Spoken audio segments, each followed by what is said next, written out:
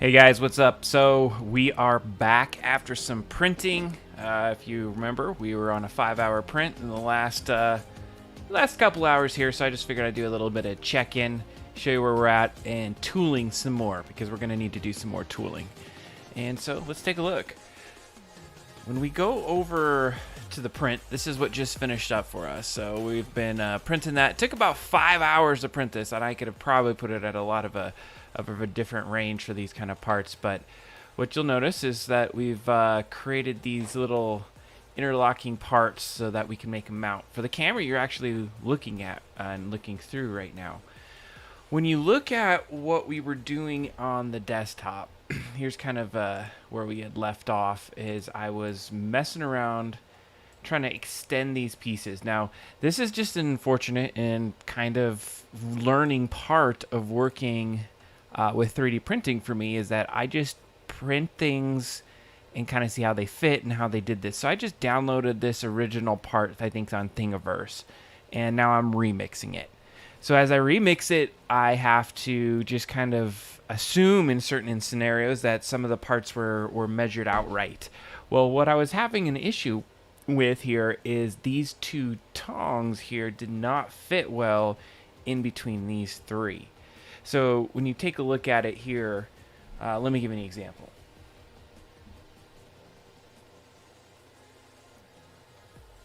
Now we looked at that initially, like they have the same amount of, probably a couple millimeters there, but when you try to put them together, and I just had to do that off camera for a second, you can already see that it kind of bends that other one. It doesn't fit right. It's too much right on these two areas. So the original models we've been working with are going to have to be modified. I can't use all of the work that we did, but that's fine because we set some stuff up. So I'm going to go ahead and just delete everything off of my board here, except for a couple things. Number one, I'm going to get rid of our green one. So we're going to create a new green one. I'm going to get rid of our pivoted one. Actually, I'm going to leave that one, and you'll see why in just a second. So I'm getting rid of my ruler there. And we have a couple of these boxes already, so we just kind of reset ourselves on this area here. So I don't really want to mess with this one, other than I am going to ungroup it. And I want to just take this side, and I want to delete it. I'm going to delete that, but I want to keep this little piece. So what I'm going to do is I'm going to make some modifications to try it on this 2 side right here, and see if I can't fix it up so we'll have a good part that we can mix with a few things. So of course we're going to dissect our part, take it back into its little individual pieces. Now what I wanted to do with this one is I'm going to copy this, and I'm going to paste it, and I'm going to put it over to the, oh, grab the wrong thing, so I got to hit Control Z. All right, I'm going to copy, paste. Now I'm shift dragging. So I don't think I'm going to be able to shift drag because that's obviously not working. So when I'm going to paste that guy there, nope, I don't want that to happen. I'm going to grab that, copy, paste it. It's right there. I'm just going to hold shift down, and I'm going to just bring it over this way. Okay, that's going to work for me. So what I'm going to do is I'm going to trim those areas down on this board. I'm thinking right now because there's some overlap right here that's going to be the same size. I think this will work, but if you can see what I'm trying to do here is I'm going to try to interlock these as best as possible, and so I'm going to have to use those center holes as kind of my guide here. What I'll do is, I'm actually on a good side of, let me see what happens when I adjust this. I'm going to change the color of this one. Let's put this one to yellow. Okay. What I'm trying to see is how well these holes line up. Now, God, this is why Fusion 360 would be amazingly better to use in this instance. So when I was doing the jumps, it goes way too far in millimeters. So I'm going to go back to that corner millimeter and use that. Well, it seems to help a little bit. And so kind of measuring this out, that generally looks about like it lines up. You have just enough around the entire thing. So I'm happy with what that looks like. So all I'm going to do Is a few steps. So if you remember this part right here, I'm going to ungroup it because it has this piece in here just to maybe simplify this so there's not all these grouped weird pieces together. I'm going to turn this guy into a hole, and I'm going to pull this out just a tad more. I'm going to take the twofer and this. Now, interestingly, look at... Okay, no, that's perfect. We get the twofer.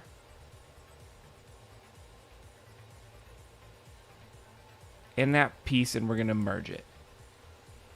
Okay, we're merged. So what it does is, if you look, is on both sides, it takes it down just a hair. Now, I don't know if that's going to be enough, to be honest with you. I really don't think it's going to be. Let's see how much this is.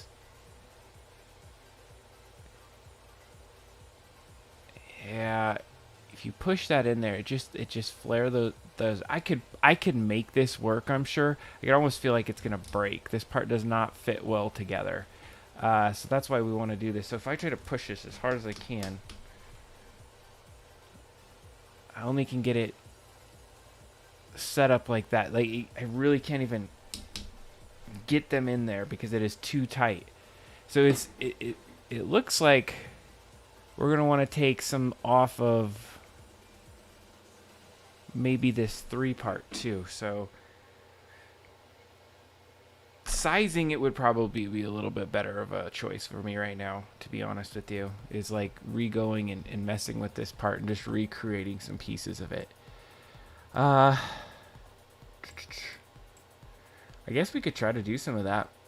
I really like the bolt on here. I don't think I could really easily recreate that with that nice smooth kind of out exterior piece. I should probably just try to see how I could make something like this in a Fusion 360. I think that's probably going to be my next project, is for me to go and continue learning. I actually lined that damn thing up pretty good because I could see that it took out that little circle. I just want to be a little bit more ghetto today and get this done. So let me just think on ways that I could do this. If I reduce the size of this, it still wouldn't fit because that middle one on the 3 might not be enough.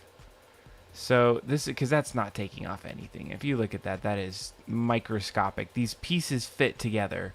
So we got to do some better stuff. Just shimming off a little tiny piece of that edge right there is not going to fix our part. And I know that because I'm brute force this before, and I'm just learning 3D printing. So as I learn, I've been using this TinkerCAD just to be able to shoot out different parts on this printer, and I've learned the tolerance levels, and I can just tell right now that if it's not fitting, and this is what we're getting from this side of this, is this kind of thing. I guess I would want to measure a little bit and start seeing some specifics that are going to be within this part, so I can try to get it down to a little bit more. So let's measure what those pieces are right there.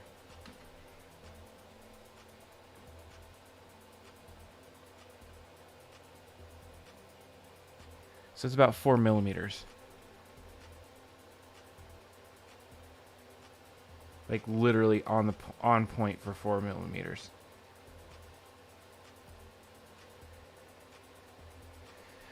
Okay, so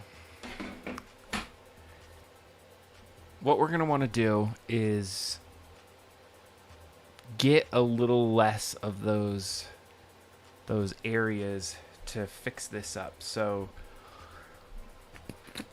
my thing is, I'm just trying to think what I want to do, how I want to do it, because it's such a nice part, and I'm just really cutting apart. I wasn't really trying to modify too much today, but I suppose what we could do, and this is an idea I had earlier, but I haven't really tried it out, is you take like one of these parts, and so we knew that it was, what, 2 millimeters?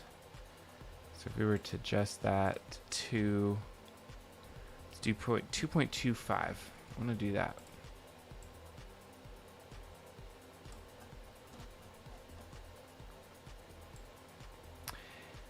Oh, it was 4.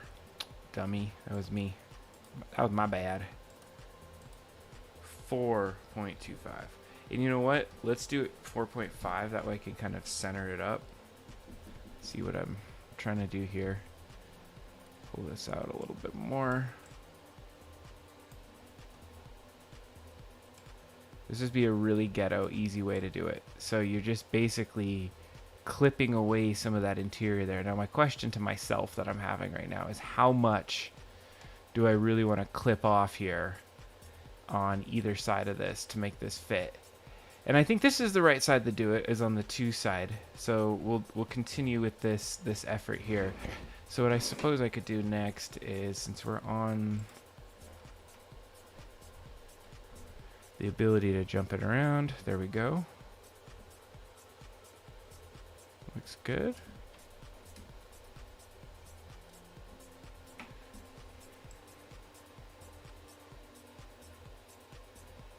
So let's give that a go. And take these pieces.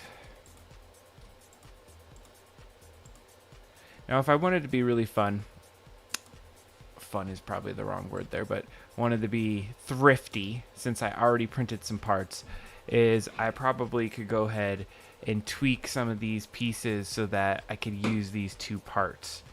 I'm probably not going to do that. I don't really mind spinning off a few of this, and I'll probably try to use this for some other kind of part in the future here. So what I'm going to do is get back into here. I think we've done a good job at kind of creating this new piece to the part. So I'm going to copy that, paste that on here, and let's just throw this off to the side for a second. I'm going to come over here, and we're going to group our part. And I had that other piece. So this is going to become our new standard part. We want to turn that one green. Put that up there. And now I have this piece over here that I was going to just kind of match up to here. And let's see how close we can get it. And this is what I hate with this program, is being able to match up certain parts. And that was dumb of me because I didn't take this back piece right over here. So let me grab both of those. Put this on the palette. Let's put these 2 guys together. See what we got. TinkerCAD feels so easy to use. It's just, I love the fact that you're just moving little 3D objects in this world together. That's probably the reason I like it. But then there's so many other things that I can see where it would have some enhancements we need. I think that's lined up pretty good. So we got basically our 2 parts that we like, but the only thing is I'm missing that center part because I don't know where I put that. I guess what we could do here is just ungroup that guy. Get this little piece for the center. I hate when I grab that like that. Okay, there we go. We'll leave that undone right now. See what we can do with this. What I should probably do is just verify that the part is actually broken or fixed. Because right now, I'm just putting some pieces together. And I don't know if it's actually going to work. That's okay, but I like to do it this time because then I get a couple different experiences. First, I get some of this modeling experience. Number 2, I don't even call this modeling. I call this mixing, remixing. But then I also get to really play with the 3D printer and kind of tune it up. So with me on the quarter, it looks like I could get that lined up pretty good. That looks good. Feeling better about this. So we got our 2 pieces, and one of the reasons that I did not do anything to the 3 is I already had that rotated. I like how it was rotated. So we got our 2 kind of pieces all set up. We might need to recreate that long piece. So if you remember what I did before is I just took this, put this out to the side. We're gonna adjust. Well, we don't want to do it in any kind of scale. We just want to deform it. And then we have this middle piece. I gotta move this one out. There we go. I think what I want to do here, because I learned some stuff, is I just want to make one huge long part. I'm feeling pretty good that this is going to work as far as fitting into each other. And so I want a really huge long arm.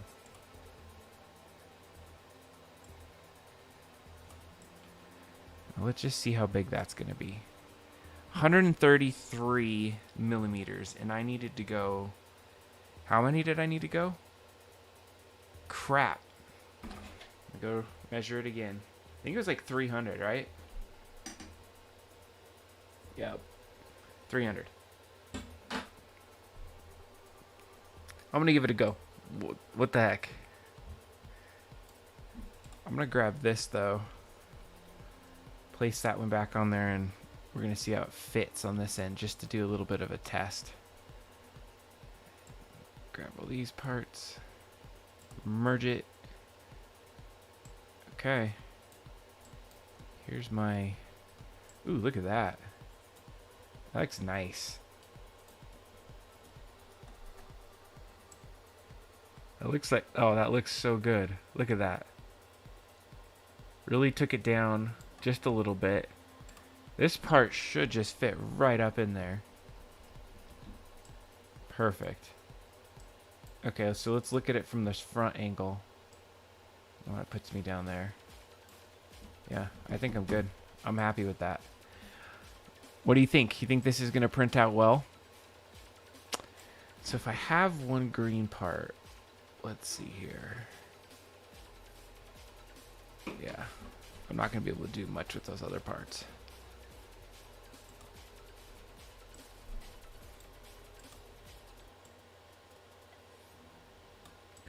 My question is, let's look at this roaming camera.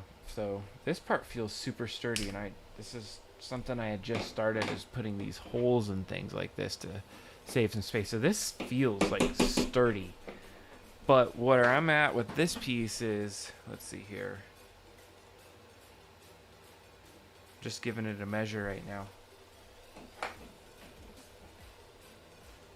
I guess I gotta just do the interior piece. So, yeah, like 65 maybe millimeters around there. And this is gonna go up by double, so it's gonna be a lot longer. I'm wondering if I need to do like one beam of support in the middle of this to make it a little bit more sturdy.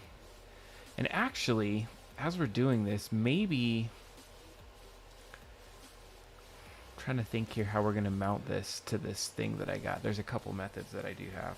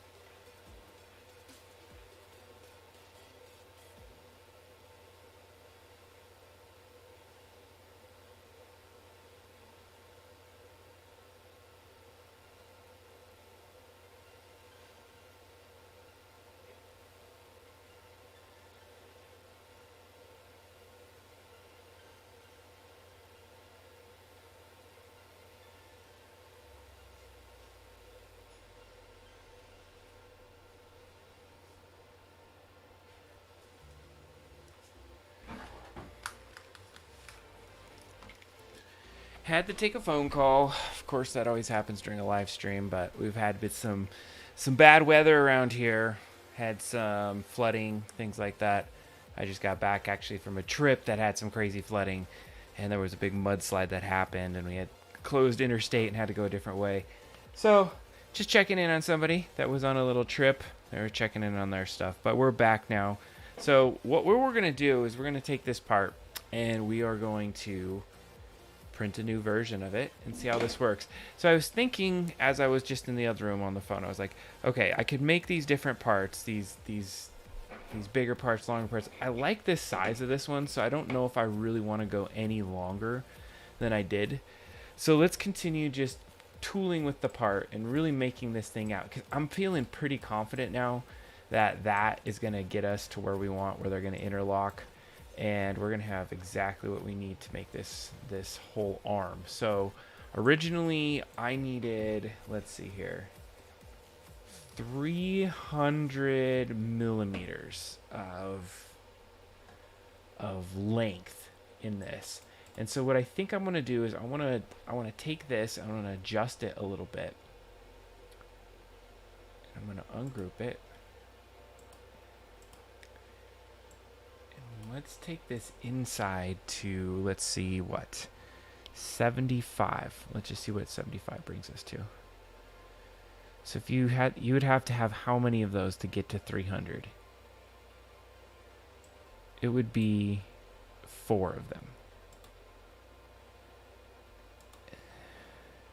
So 1, 2, 3, 4, which seems like that would be a good amount. Then with like a twist. Okay, so I'm thinking in my head kind of what I want this thing to look like. So let's see how this would go. So I would take this guy and let's get it close there. I like kind of how that helps me measure things. Oh crap, what did I just move? Oh, I'm moving that part. That's not what I want to be moving. Move this thing.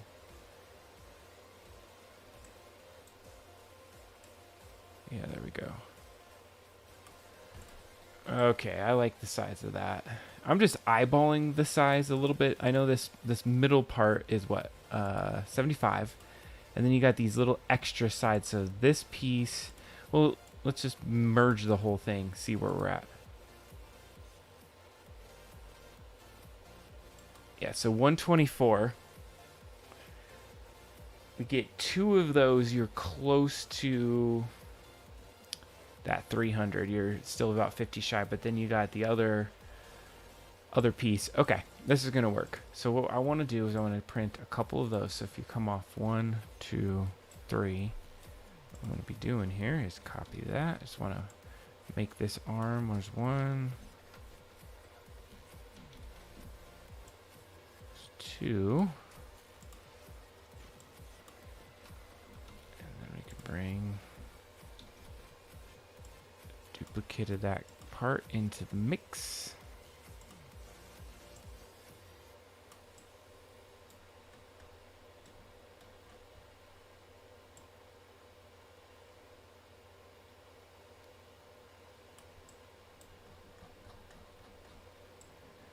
Just trying to envision what this is going to look like. Yeah, so you'll have 1, 2, 3, 4. And I think last time what we were thinking of doing was taking one of these pieces and putting it at the end. So what I'm going to do is I'm going to tilt that up, and then I have to actually figure out a way to mount the camera. That will be another part of my playing around here.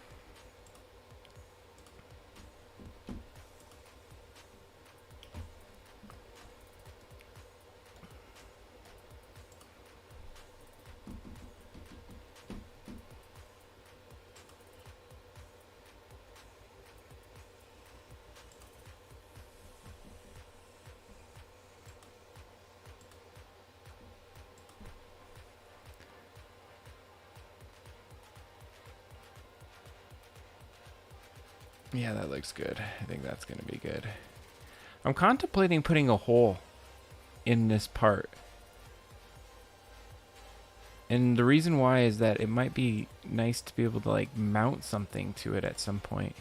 So I think what we're gonna do this time around is we gotta redo what we were thinking before. So I'm gonna take this part and we're gonna just export it. That was the small. And we got, actually, I'm going to delete this small rotate. No, I'm going to leave it. So we'll do small standard, save that guy. Yeah, it exists. We're going to redo it. Then we're going to export that. This is STL. We'll do this one as the large standard. Yep. And rotated. Export STL. Small rotated. Save. Perfect. Now we can go back over into our slicer. Let's import a few more pieces. Let's do the small rotated and nope, small standard, large standard. It's basically the same thing that we just did. Now what we could do is we can adjust some of the settings, try to make this go a little faster. Let's see what settings I had been messing with. So my speeds. I mean, I've had this up to like, what, 1800 millimeters.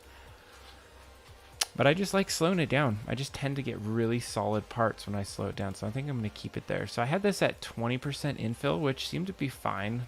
All right. Skirt. Yes, skirt layers. Offset from part. I want to do the offset just a tad more this time around. Maybe like, yeah, 0.7. Try that. Last time it stuck to the part really bad and I didn't like it. Everything else looks pretty good. So we will, let's go with this one. Let me just update that profile. I like it. Okay. Prepare to print. Pet G, here we come. Part. Yeah, that's looking good. Let's take that down to that first layer. I'm going to still adjust. I don't like that addition. Maybe 90? Let's see what 90 does. See, I'm trying to get rid of this line right here. But that's fine. I think this is going to be fine. Let's save it up and print it out. So I got to get that ready right now.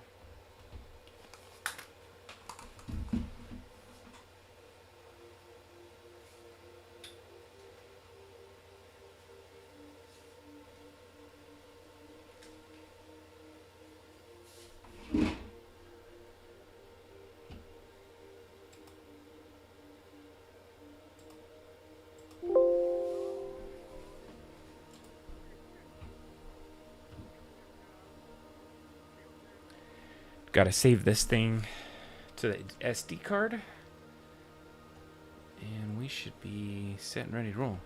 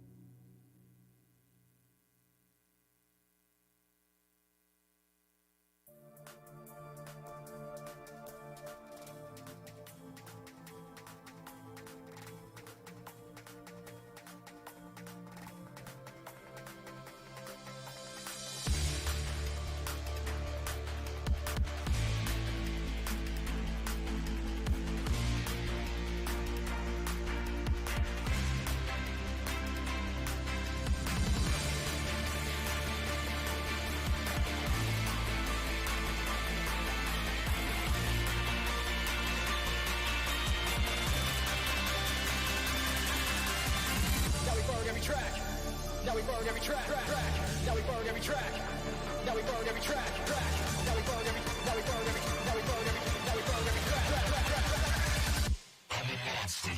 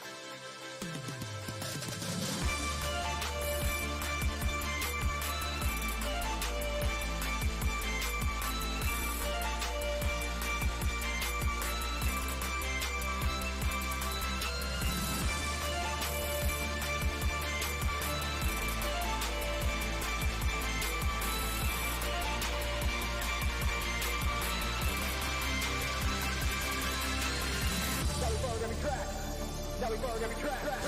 Now we burn every track. Now we burn every track. Now we burn every. Now we burn every. Now we burn every. Now we burn every track. I'm a monster.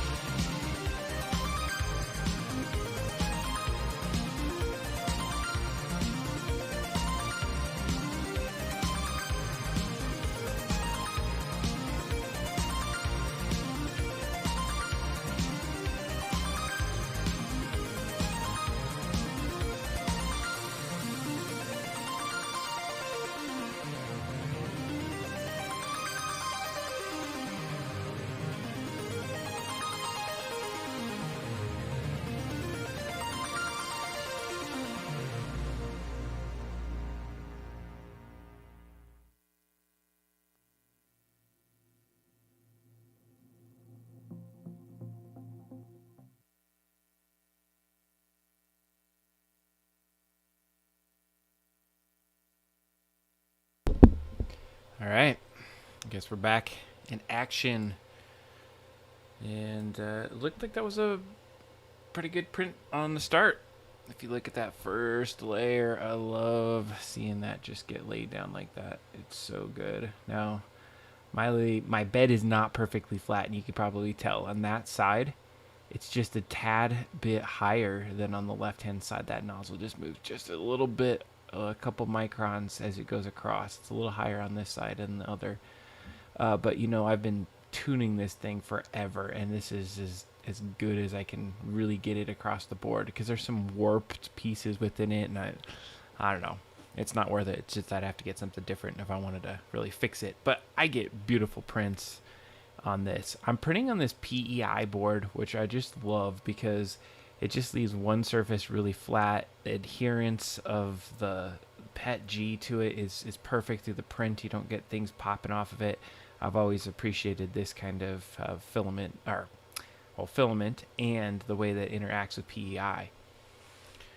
So what we're going to do is let that print on. We're on layer 2.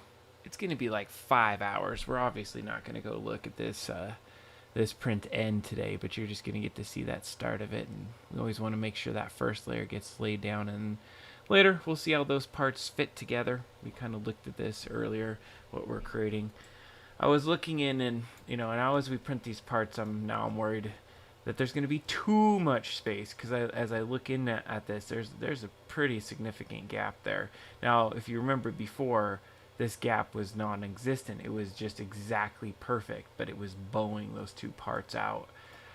I don't know. I figured let's go a little bit smaller. Let's see how these things just shake out, and we'll revisit it again if we need to. If we need to make some adjustments on here.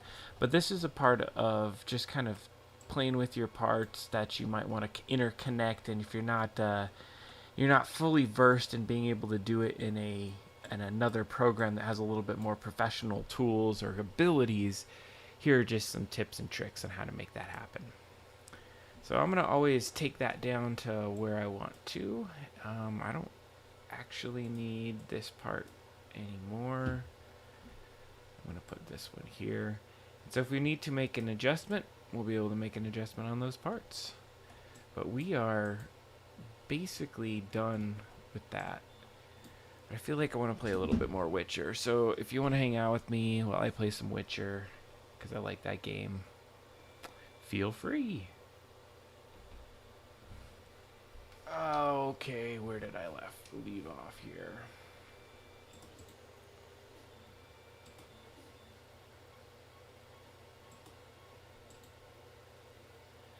I gotta put my source on the right screen. This has been my pain in the ass thing.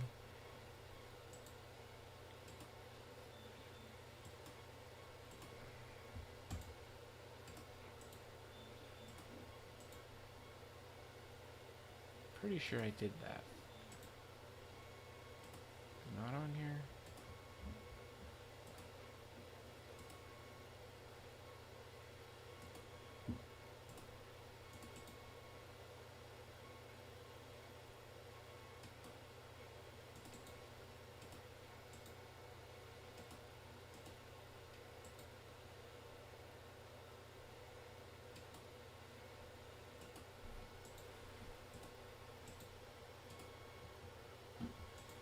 Got to get my play screen in the right place, because if I do not have that, I will not be able to see what I'm doing in the game. But I'm having a problem with it right now.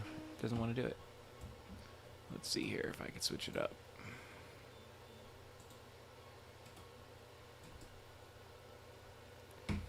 So you're saying that one is 3, so then that one would make it 2.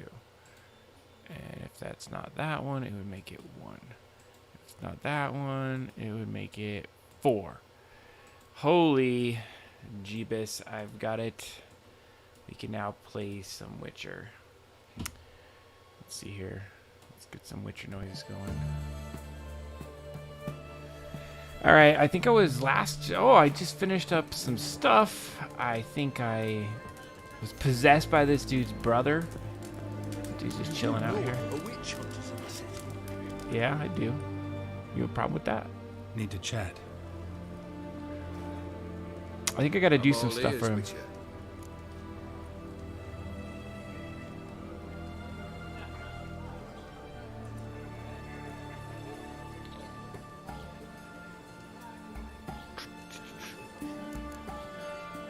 Keep wondering how you turned the Ophiri into a beast. The more I think about it, the more I'm sure it was no run-of-the-mill curse. This professional curiosity, or nosiness, as common as the I think I Desire to think he's the one that put the burn on my Information could head. prove useful down the line. In the future, you under the delusion you'll complete your tasks, live happily ever after. Remains to be seen. So for now, admit it. A mage helped you, right? Give you a hint. You're not the only one to fulfill wishes round here. Odin transformed the Ophiri? It was your wish? Nay. It was my doing alone. But you're right. It was no ordinary curse. Though I'll say no more. Turn somebody into a frog. A curse I uttered in a moment of rage. I think, With no possibly. thought to it actually taking hold. Alright, whatever, dude. You have some boring So conversation. long. What's an oddity like that doing here?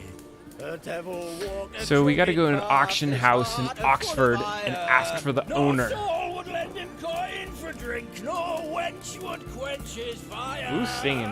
Dang. Guests, fish, and bloomers. All stink after Turtle's poking its What's head up, out. dude?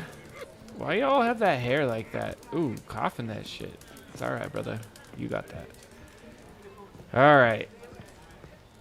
What do we got in here? Got anything we could loot? Do we have any looting to go on? Nah, we don't need no looting. Oxford's gonna be probably a bit of a go, but let's go over here. Let's check some What can I stuff out. get you, good sir? Have everything from apples to salmon. Take a paper, peek at please. my wares Bottle of here. ink. Oh, Why are there so many plants? Acquisition They by must the be hour. To support underground. the war effort. Cake. Let's talk to this merchant. I've been looking for Gwent cards. What can I do with you for? If I ain't And got it collecting today, them. say the word and I'll have it tomorrow. Shoot, I could play this dude some cards Let too. me see. Might pick something. Ooh, what's this? Item needed to complete a quest. Let's take it out. Let's get it. I like that. Just pre-pick up items for quest, and then let's play some Gwent. We can't not go play some Gwent. Let's just play with the Wanted full to amount. play cards. Doubt we need to wait till tomorrow. He's ready to go. He's ready to play. All right, what deck am I going to use today? That's the question. I got to practice some other decks. Even if I lose, it's going to be fun. I got to practice other decks. That's how it's got to be. Let's see here. I've been... Ooh. Oh, I got a Toad card. I'm going to take that into my deck. That's good. Let's see what else I got. Okay, I don't got much. This monster deck has been tough to create. It does not have high numbers on stuff. Oh, I guess there's a couple in there. But you gotta be like evil if you play a monster deck. You don't need clear weather. Or that. I don't really like Scorch. Let's see what the leader cards. Alright, I'm gonna roll a monster deck. Restore a card from your disc pile. Ooh, I like that. Dang, that one's so... That's a great, great leader card. I'm so going with this deck right now. Problem is, I don't play good with monster deck. I do Northern Realms so much better. Ooh, okay, so let's see what we got here. Alright, alright. I don't know. That Scorch one, man. A Necker? It's a team up. What else did I get? Okay, I have a pretty decent deck.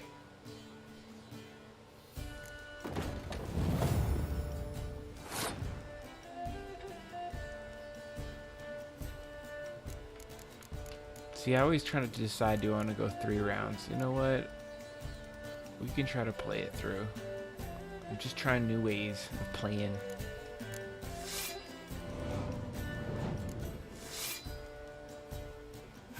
Okay, I guess I only had 2 neckers.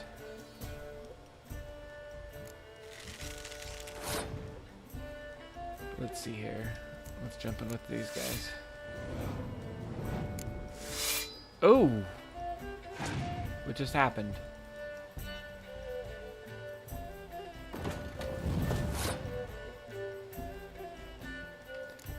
Okay, okay.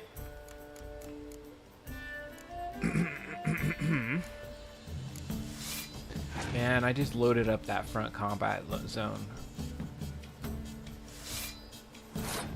And I only have 26. My monster deck sucks. I'm just gonna put that on the table.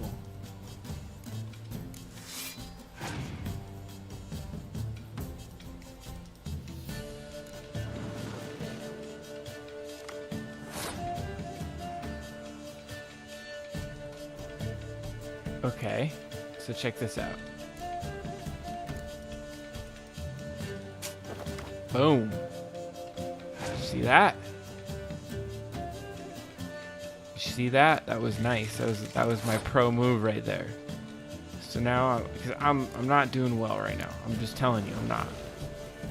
We're gonna get a couple more cards on the table. Ooh, pulling out the Vez card. I gotta win this round. It's the only way to make it work. Because it's round 1, right? Fish.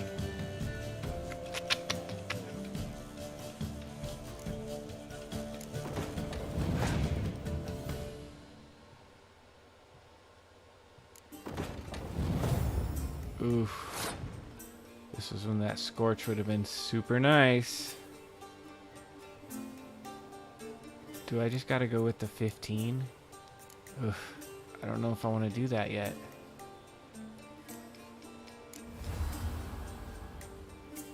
I mean, he's down to 4 cards. So am I. We could just play this through to no cards, right? I guess that's how it goes, right?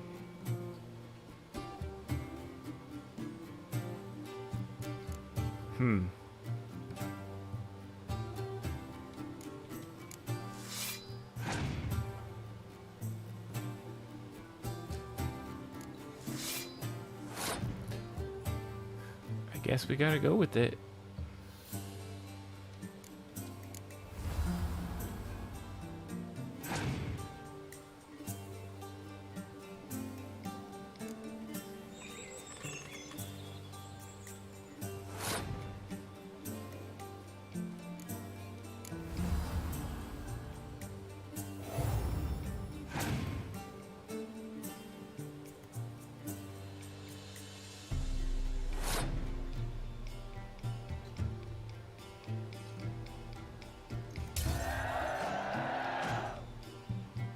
Oh god, what card does he have?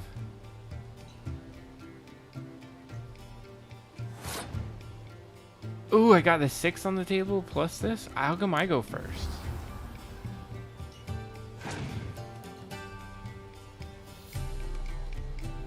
You had a fog card? Check this shit out, watch this. He passed. I'm gonna be a dick. I'm gonna use my leader card. And, oh man. I thought I could beat. Did I not get that one? Alright, fine. Oh yeah, that's right. I spent it on the other side. Fine. Fine, we're gonna pull out this guy. Vesmer's gonna come with me, dude. What's up? We've won with the monster deck. Now, monster deck is trash, but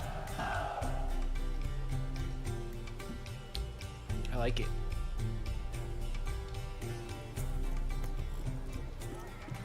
I get anything else? Just got 20 crowns? String? I wanted a card, dude. Oh! Get out of my way. I'm not happy. Why is everything under me look like it has plants? Riviera, monsieur. You see this? On the little mini map? Oh, look at. Where's this leading me to? Private Kleiner. Ooh, story point.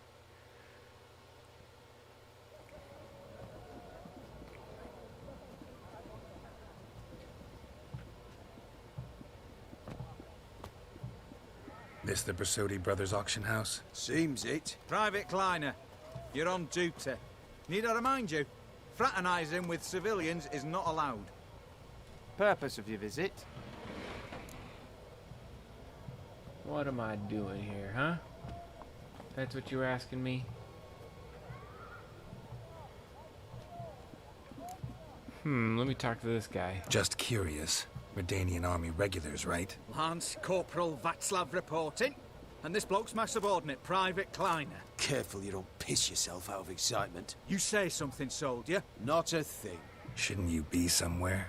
There's a war on, you know. We was transferred here. All official. Written order 76 CWX. Mission, guard the auction house. Priority, high. Top, in fact. Borsodi fella knows his way about the court. Helps the high rankings sell their war booty. Gets protection in return. Private Kleiner, that's confidential military information. Any of the owners home? Meaning the one and sole owner, the esteemed host Bersodi? Aye, he is. Need to talk to him. Order 76 CWX is clear. Auctions only open to folk with invitations. Writ out in their names, plain and simple.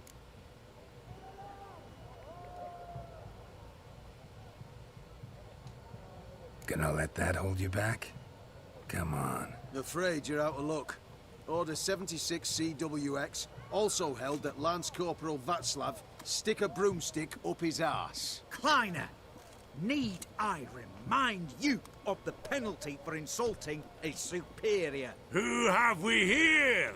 Geralt, the Witcher of Rivia. Vimy Vivaldi, the banker from...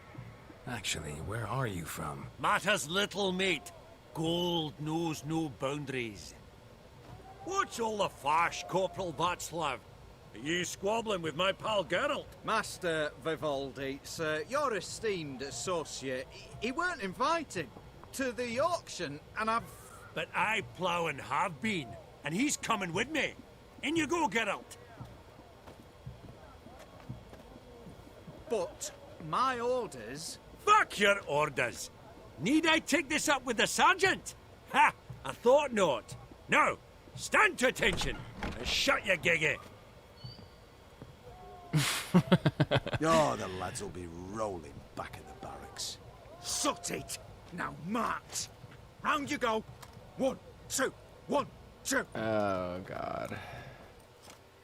These damn soldiers always trying to mess my shit up. Let's see what they have to tell me about this now.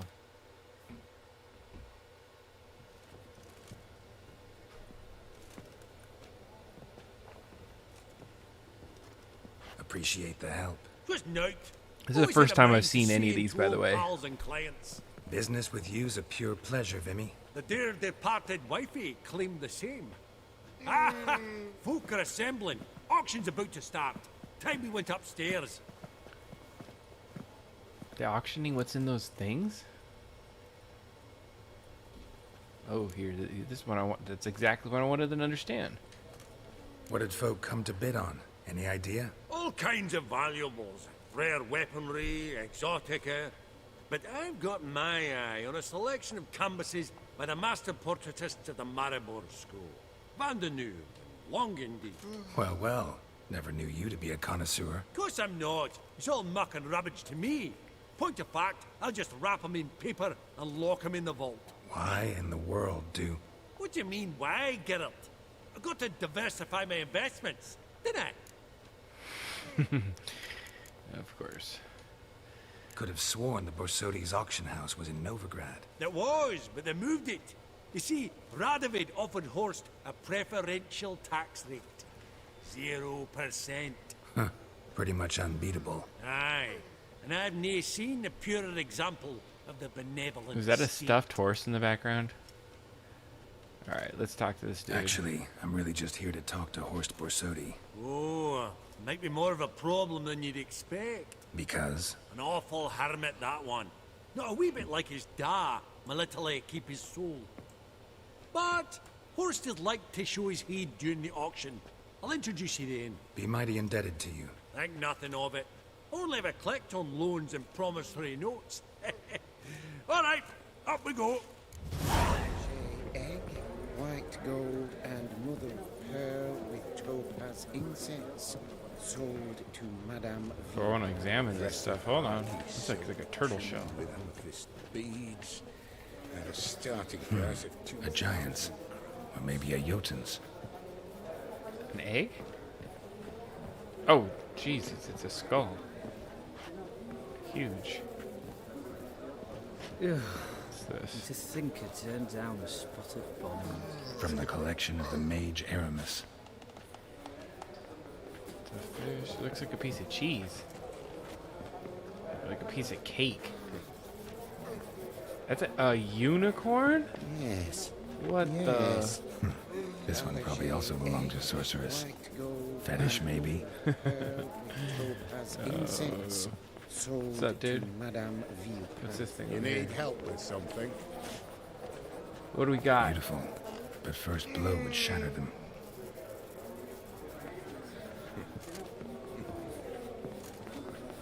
Now, where did I put that gavel? Codex Redaniensis. Sole surviving copy. Book. It's like a Necronomicon. Zeracanian spears. Excellent adornments for any parlor wall. Good to know. Big old Goblet shot. of fire. Wonder what it is. Harry Potter crossover. You thought Goblet. of buying real estate. Could get you attractive terms on a mortgage. No such thing as What's up, attractive dude? loan It's terms, like Vinny. Raiden. What about in Kaveri Max? Nerd Raiden. Come on. You know damn well that makes no sense. Dress of larky silk trimmed with amethyst beads. Auction won't start for a time yet, it seems. Vimy, this is a banquet. Aye? And? I detest banquets. Vacuous conversation, food portions fit for a mouse, drinks that taste like piss. Ah, it won't all be bad. Let me introduce you to some of my most interesting associates. Old hen there is Countess Mignole. Wager you'll have plenty to blather about with her. That was a random. Prick in the corner's Hilbert. New coin, that one. Came into a right fortune playing Gwent. Ah, there's Yaromir, art dealer. A purer snob I've never known. But he knows paintings like no other. So, ready to chat someone up? It's not fitting for us to stand here like knobs.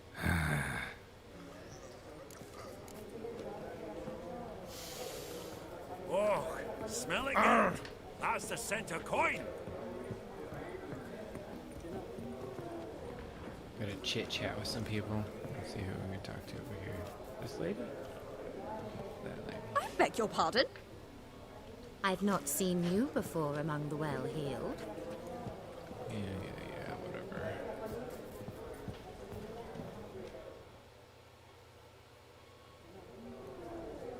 Yaromir, might we trouble ye a wee spell? Greetings, Vivaldi.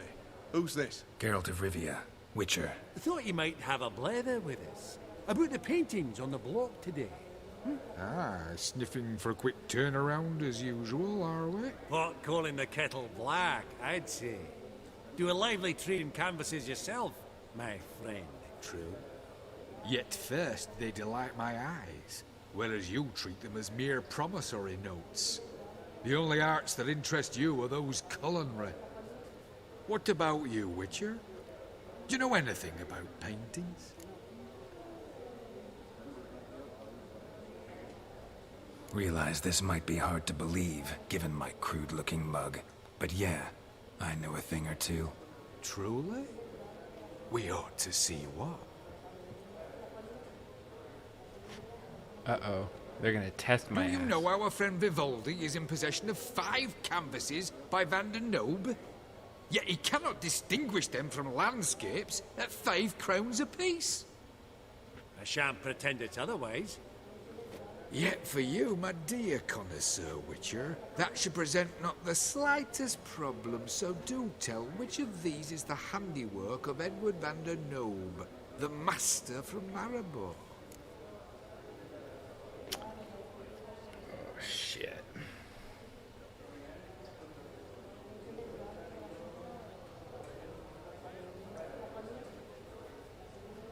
Who is this? Should I look this up? Should I call in a favor? I think I need to.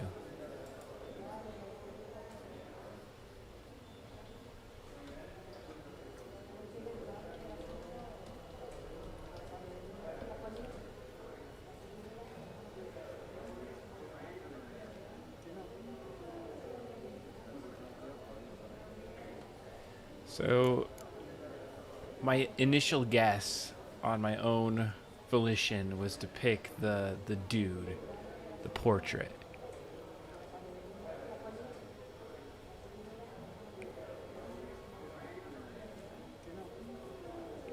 Because all these other, like, that's the only thing that's not the same.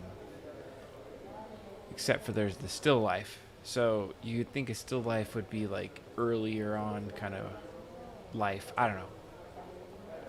I don't want to say no idea. I'm going to just take a shot in the dark and say this. So then, of course, I did look it up online, and it said that this is probably the right one, so...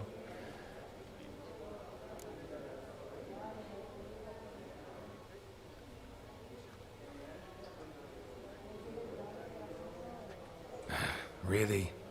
Merchant with the pearl. No two ways about it. My. Who would have thought? Might I have a word in private?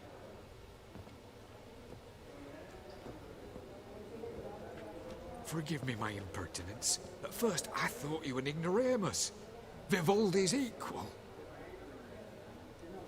I feel I should apologize and atone, so I shall tell you a secret.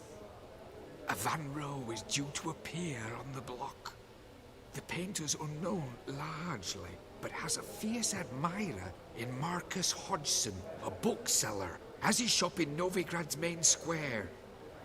I wager you'll sell him the canvas at a tidy profit. Thanks. Oh, think nothing of it. Now, please excuse me. My friend's becking. So, what did he tell you?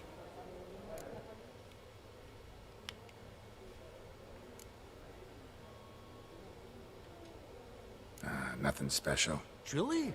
Huh. Shame that. Alright, let's go. Ink spot upon ink spot. Sheer number of them's doing me heed in. Funny! Duke Clivet declared bankruptcy. And that ring on his finger. Shite. Hello? Is it fat? Hey!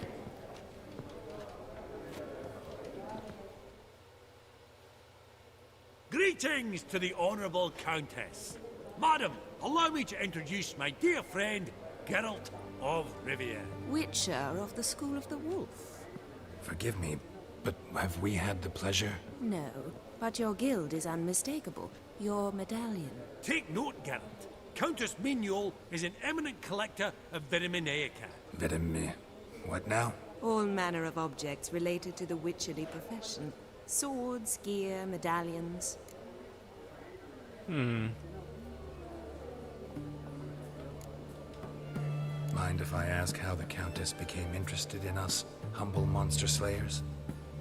I've some pleasant associations, dating from my oh-so-distant youth. Didn't you say such things, Countess? You look right fetching to me. That's very kind, Master Vivaldi. But apart from my Veda Maniaca, I also own a number of mirrors. Your most prized piece, what would it be? An armor element. An antique. School of the Wolf. From 1234. Classic. Is it up for sale? I fear not. It's a memento. One of great sentimental value. But perhaps the Countess has got other Witcher curios she's willing to part with. Or acquire. Perhaps she could trade. I'd charge 5%. A modest, transaction fee. What?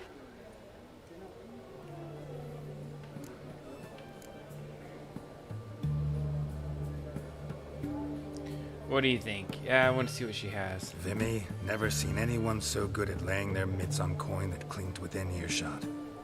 But what the hell? See if we can't make a deal.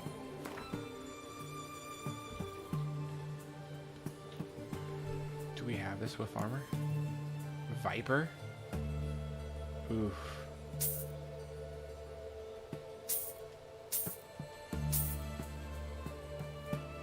There we go.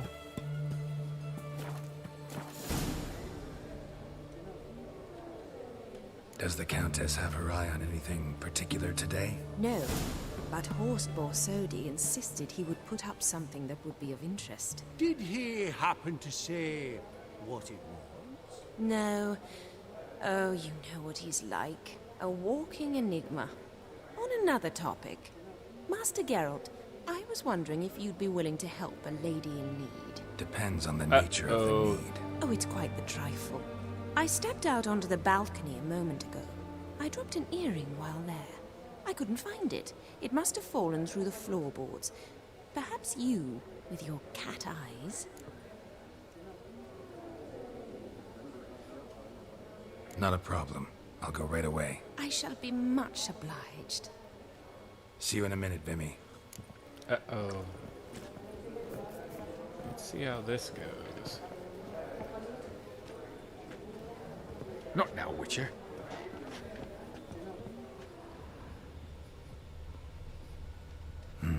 Some spilled wine. Nothing else.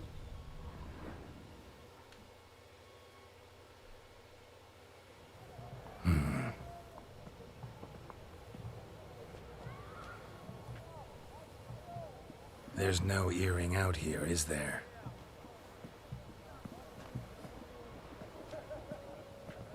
None. Maybe the Countess would care to explain what this is about, all jokes aside. Forgive me. God, this is so embarrassing. Do you know Vesemir? He was a tinge shorter than you, wore a mustache. Do I know him?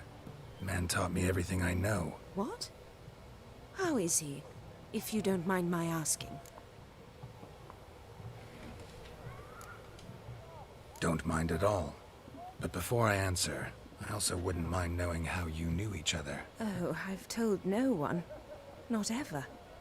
But I suppose I owe you an explanation. It was the winter of 1234.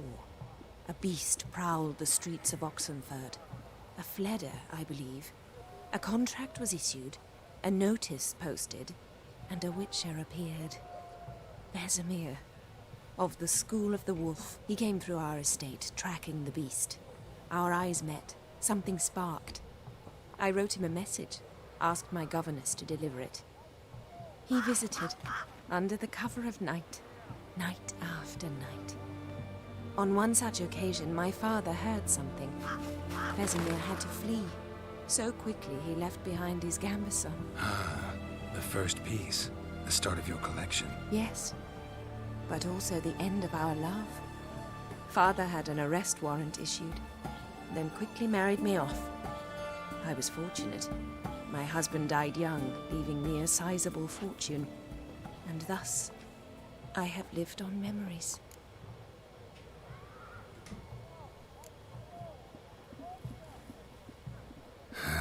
Afraid I have bad news. Oh?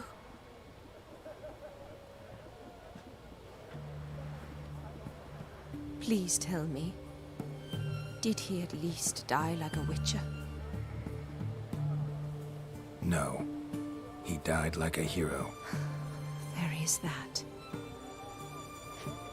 I thank you for tolerating a decrepit madwoman so elegantly.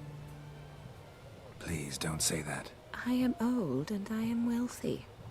I may say what I please.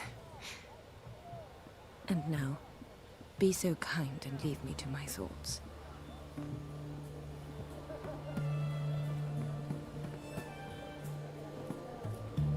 She was love Vesemir. A little piece of the past coming through. Let's go meet some of those old friends. Huh. All so tall, you'd think the room was full of horses.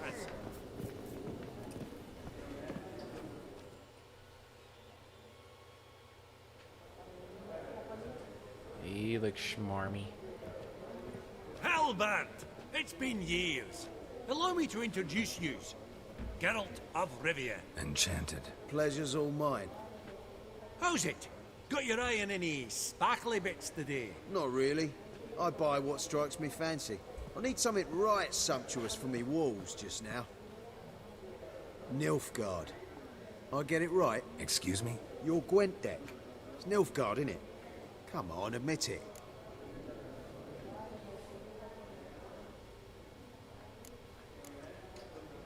Not a bad deck, Nilfgaard, but I'll take the Northern Realms over it any day. Ah, understood. A patriot. You ought to know, Hilbert. Geralt here's a positively superb player. Superb. We got a minute before the auction starts, so... Nudge, nudge, wink, wink. Maybe around? Yeah. Ooh.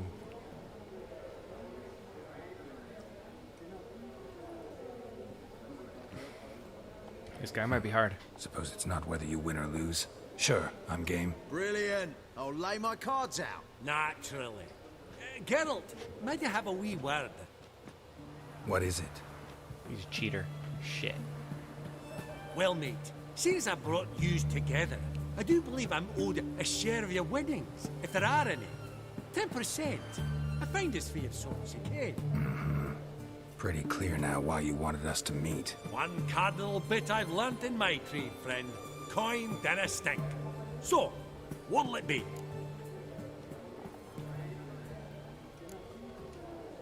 Well, you did help with the guards at the door. All right. 10% of any winnings is yours. Any chance for a 15? Don't push it, Vimy. That freaking dude. All right. Oof. Game on. You better help me, dude. Win against. I gotta go Northern Realms.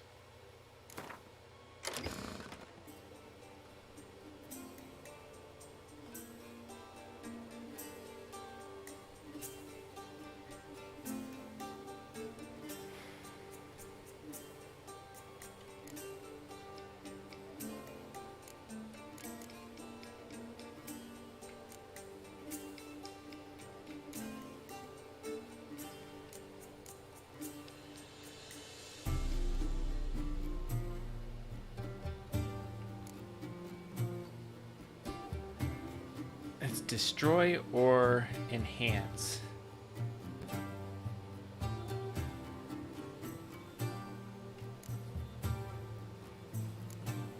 Let's just do the destroy. Let's just see what we can get out of this.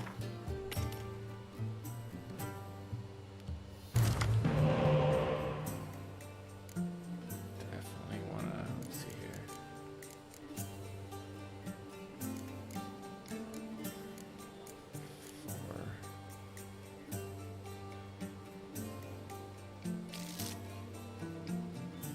Got two of those. Let's go in. That's what you want.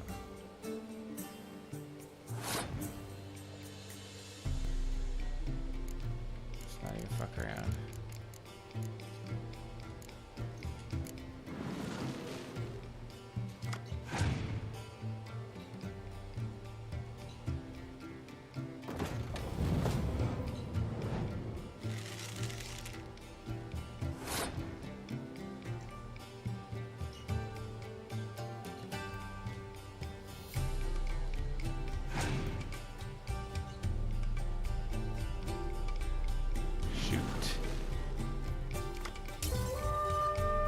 Get him in my deck. Alright.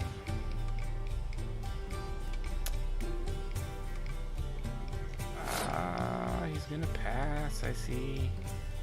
Shoot.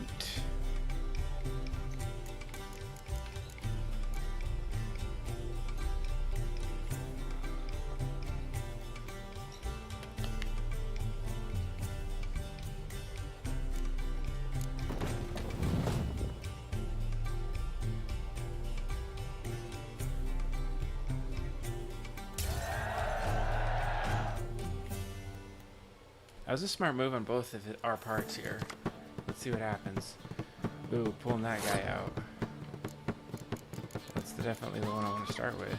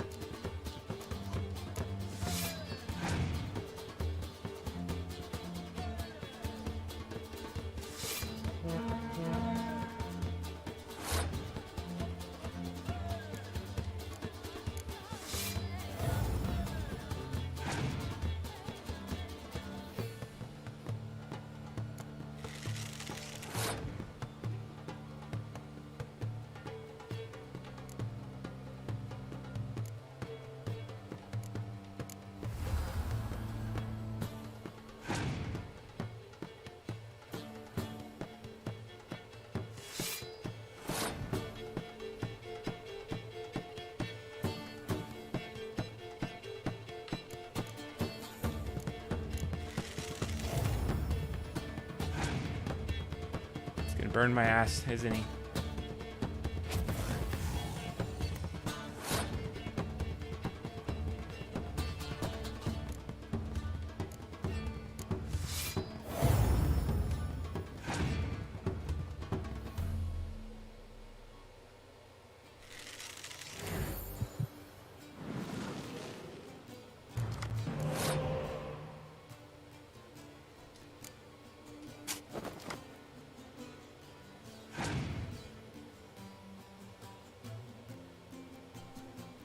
Fuck.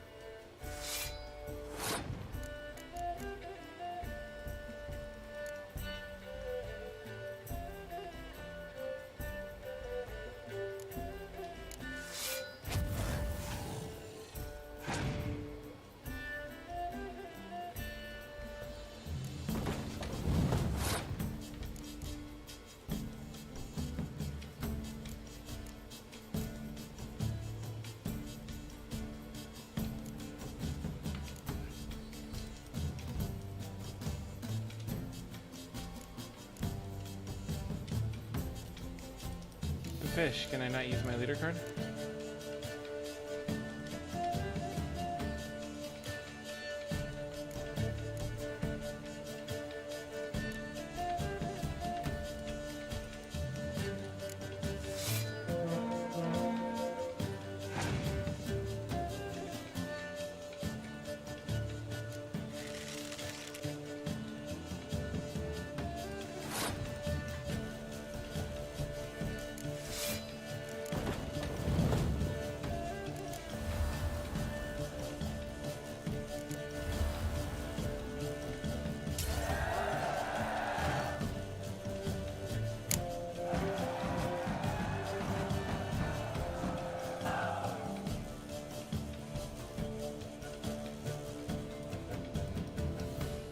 Right. Woo!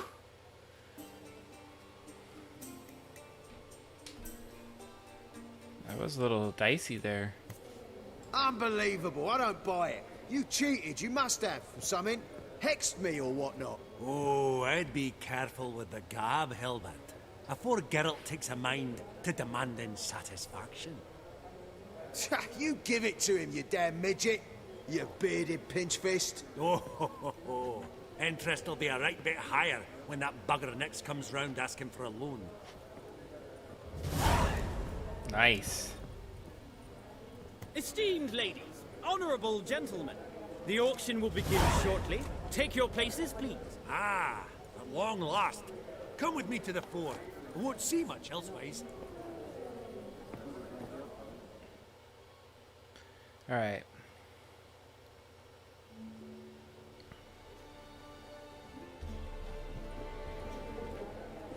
Looks like I'm gonna go to auction. What do we got to get this one Van Gogh or Van Gogh or Van something?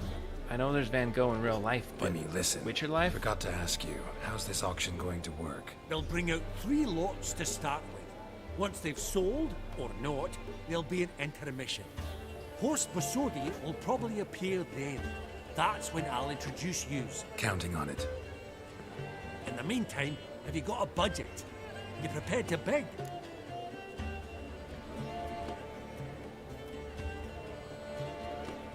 Of course I will. Went to the trouble to sneak me in here. I'd be an ass not to take a stab. Ah! Knew the bug'd get you. Let's get in on it. Esteemed ladies and gentlemen, welcome back. I hereby open the auction.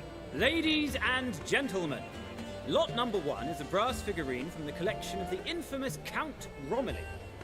Rumor has it the figure harbors a treasure inside. A rumor one may prove or disprove solely by destroying the beautiful bauble itself. Starting price? Quite the bargain at 50 crowns. Any advance? With Master Hilbert at 100. To Countess Mignol, now at 150. Do I hear 200? Might I have an advance? Going once? Twice? Going thrice? The Honourable Yaramir enters a bid of 300. Any advance on 3? 300 going. Countess Mignol at 350. Going once? Twice? Lot number 1, the mysterious brass figurine, sold to Countess Mignol.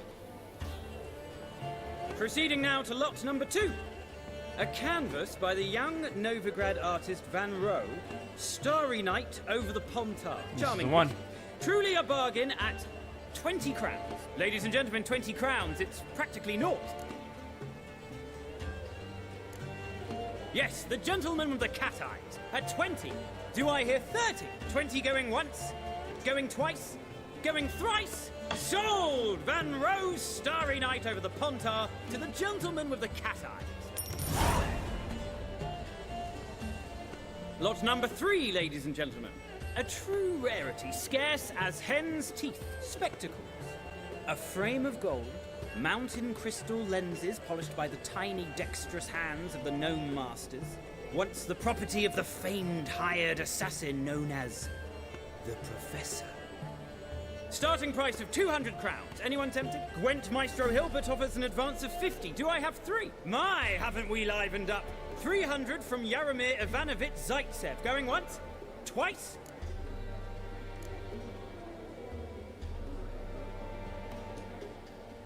Brilliant! With the gentleman with the white hair now at 350. What? I didn't... 350 once? 350 twice? And 400 now with Countess Mignol. Any advance on that? Going once? Twice? Thrice? And sold! The Professor's spectacles go to the Countess. Oh, the excitement. With the 3 lots behind us, we'll go to an intermission. Amenities abound, please partake. We'll resume shortly. Why'd he try to screw me, that little dick? I wanted those glasses, but for not 350. I was thinking they might be kind of funny Geralt, prop. Look! Horst Masudi! Come on before some other cocksuckers steal him. Just, well, don't expect a warm welcome.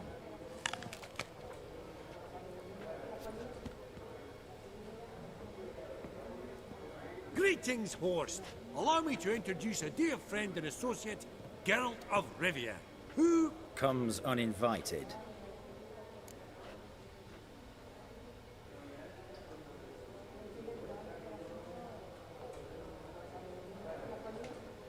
Forgot my manners. Forgive me. The teaching at Kaer Morhen, well, etiquette wasn't high on the list. Scandalous. That's plain to see. got the distinct impression the two of yous started off on the wrong foot. Perhaps we should raise a toast to... What's one like you want from one like me?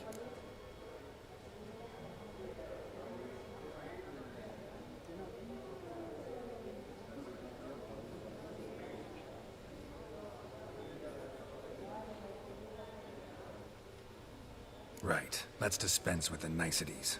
Maximilian Borsodi's house. Gotta lay my hands on it, whatever it... What? Where did you learn of it? Gentlemen, no reason to lose our composure. Raise our voices. I ask you, where did you learn of it? Whoa, come on now. Where?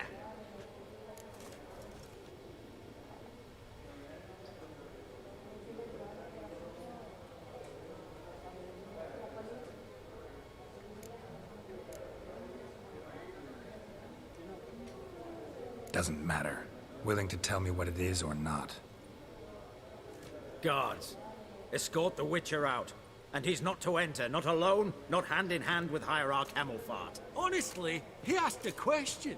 It was a simple inquiry. One more word, and I shall move my accounts to the competition. Sorry, mate, but... No reason to trouble the guards, Horst. I'll go willingly. I don't recall giving you a choice in the matter. Kick his swiving mutated ass out.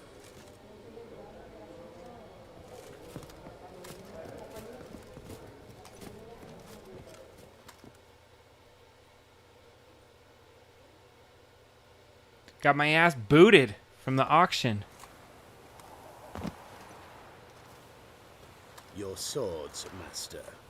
Law says we're to return them. Law don't say when, though. So we'll do it, aye. Just after we beat the singing shite out of the honourable gentleman. Mm-hmm. Gathering place for the elite, truly. Come on, lads. Let's loosen our muscles a bit. Oh, those pups got teeth! You'll never learn.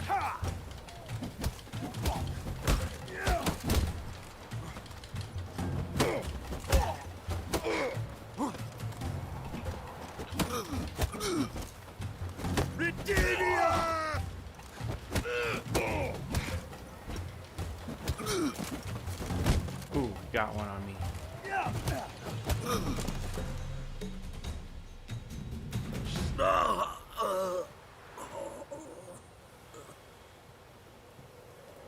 Law says if you see someone hurt, you should summon a medic. Law doesn't say how fast, though, so you can sit tight a while. Seems true what they say. Sword or no sword, a witcher brings gold. Not in the mood for your peasant wisdom. Who the hell are you? If all goes well, dare say I'm your partner. Don't need any partners. Oh, I don't know about that.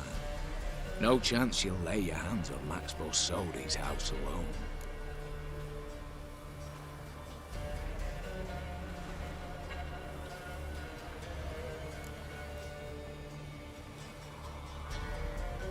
Really think you can help me? We can help each other. Get to the point, if you can. To get this house, you need to get into the vault. And there's no way Horst will let you in there out of the kindness of his heart. A heist? Don't like that idea one bit. Got any others? Find the herbalist lives near Oxenfurt. Ask for some yarrow extract. He'll know why you've come. If this is a trap of some sort. Be seeing you, I hope.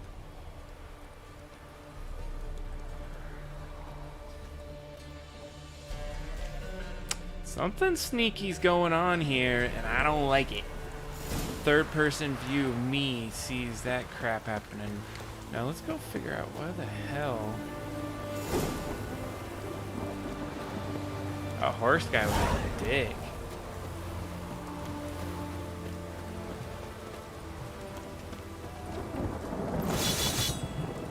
Ching, ching, ching. Nice.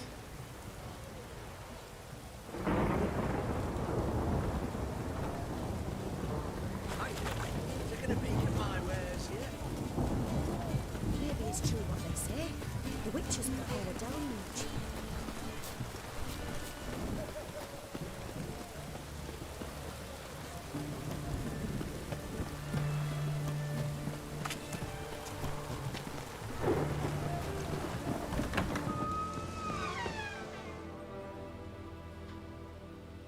Greetings again. So, you got a job for me, an interesting one.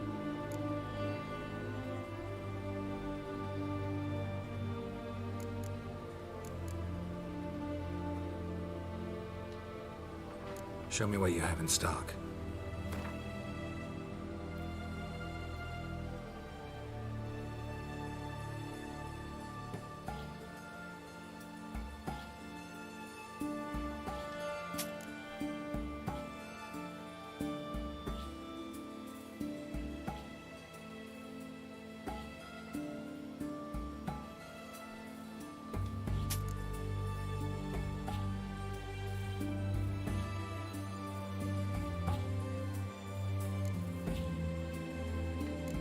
What am I going to do with a censer? Use to spread incense and religious ceremonies rituals. Okay, what's this? The sound of this one will cause nerve. Okay, you can't sell that. You don't want to sell that anyway. Trousers, get out of there.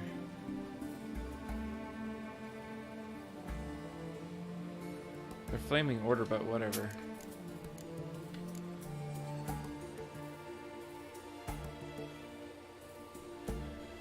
Oh, resistance to slashing.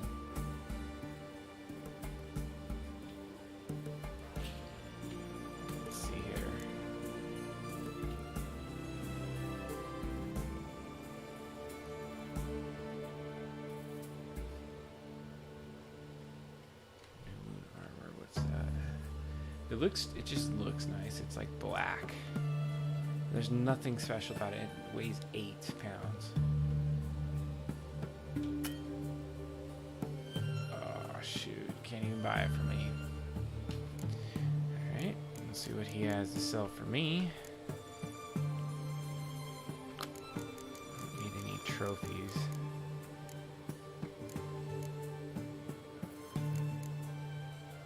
I don't think there's anything I need he has. Thing. Nope.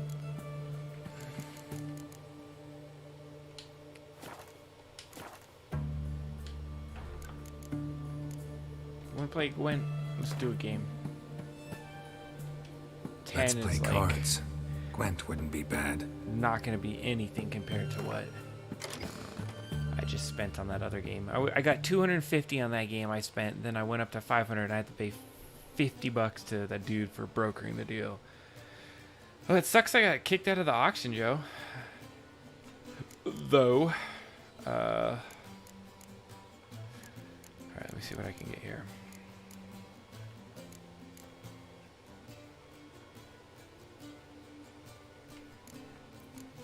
Yeah, this is just it's a good deck. What can I say? Got some good cards in it.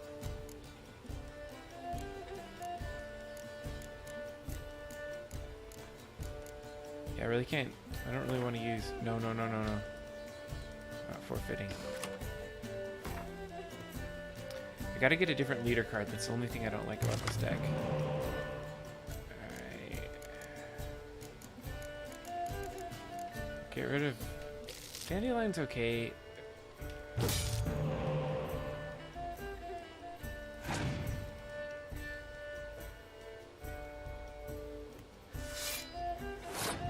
So I love getting these eye cards because then you just like load your deck up. So that's one of my tactics. Just load it up. And then you just get a bunch of dudes. Now sometimes they'll grab your cards just like this. So they're going to grab it. Which is fine because he's going to use it. So I'm going to pop another one. He took the 5. Now he's going to use it. Oh, he's going to wait.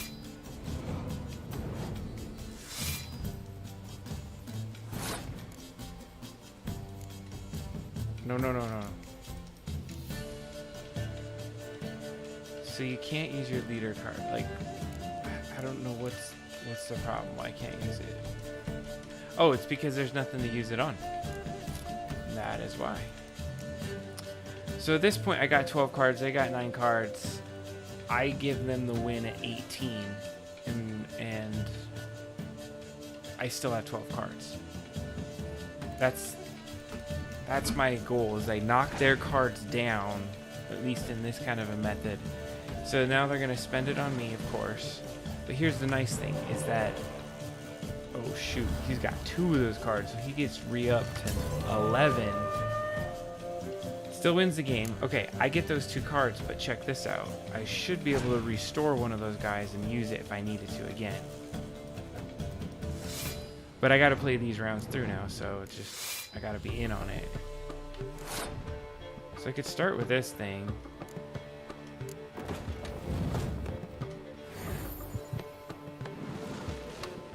Re-up on my cards again. Oh, shoot. I even got that again. Nice.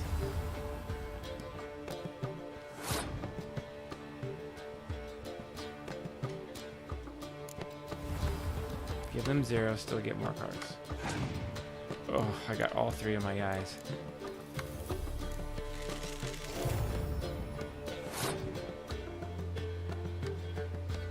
Alright, so let's start the path. I'm just gonna go slow. I don't want to use all my team up cards. Oh, he's gonna pass at 40? Really? Okay. I thought I could use that card. What does that card do then? Is that... Okay. Let's do this right.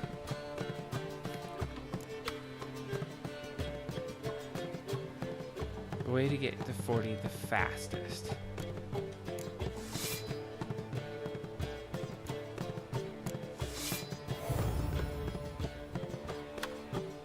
is it. It's the only way to do it. And I still have a load of cards. So you win the round. I still have 10 cards. He has 8.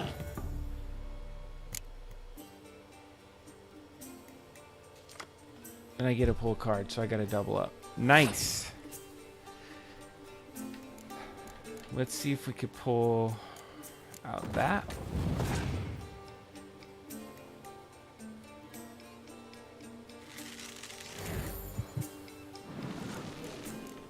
Oh, you're gonna play that game, huh? Okay, okay. That's exactly why I got this card.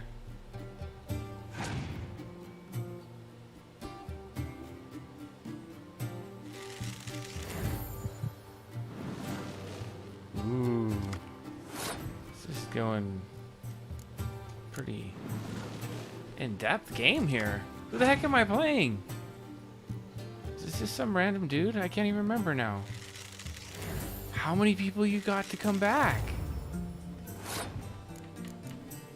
I can't remember. What does that card do? Okay.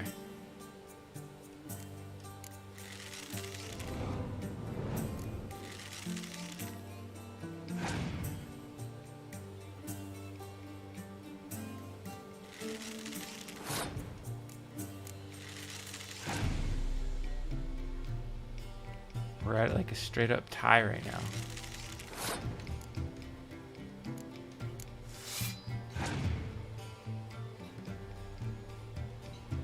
Oof.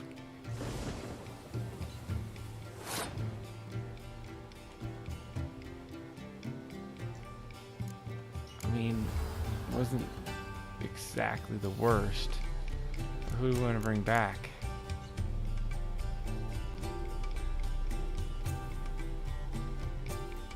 Wait, if I bring that person back, does it bring... Hold on, I gotta just try something. Yes!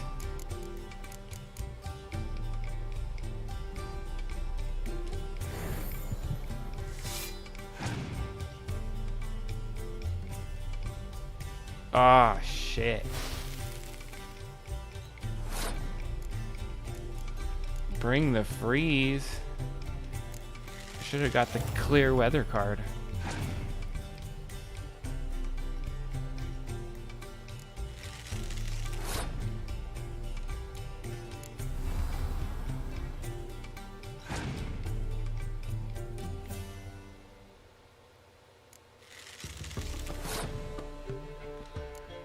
All I could do is just keep putting these guys in there.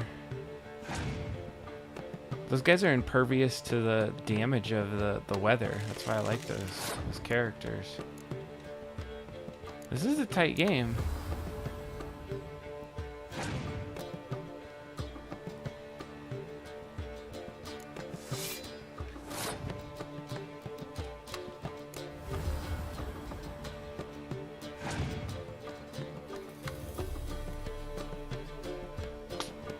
Probably a clear weather card. I'll bet you he had a clear weather.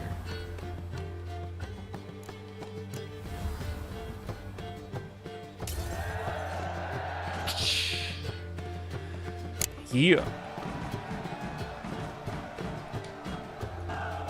Quinted it up. Yes, I got another card. Haha.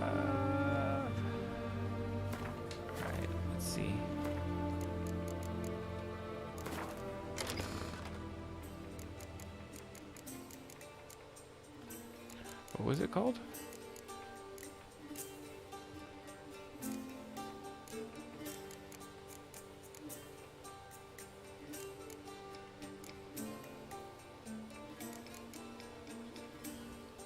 Ghouls. I don't even remember what card I got.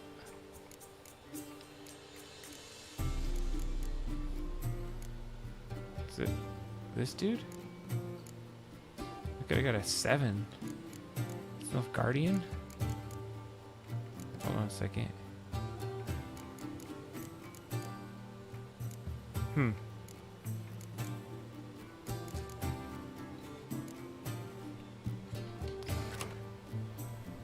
Let's check in this. What the heck?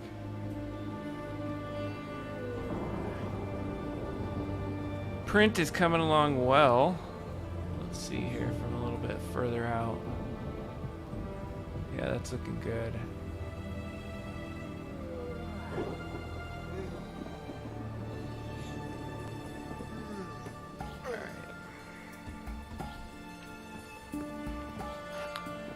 Herbalist hut. Give her the password. Wait a second. Didn't I get a piece of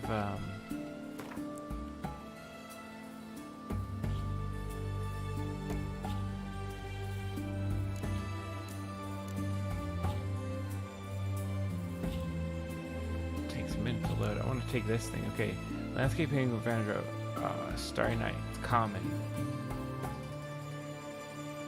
Only bought it for 20. Oh, you just sell it for 150.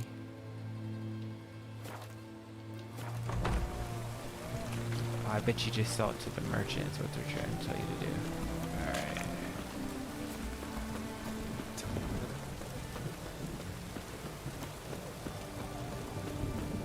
Kind of pissed I got kicked out of that house. I wasn't even being a dick. I didn't realize there was so much tension in the air that we wouldn't be able to talk to each other.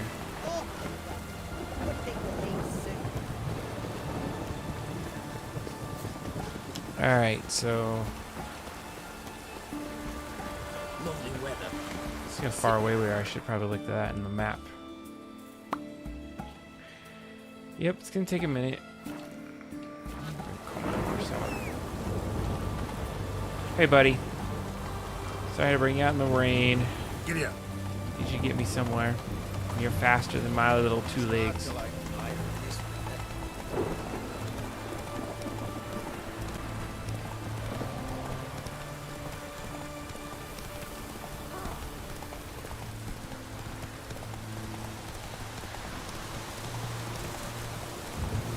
Oh, shoot. Here we are. Slow now. Whoa. Oh, shoot.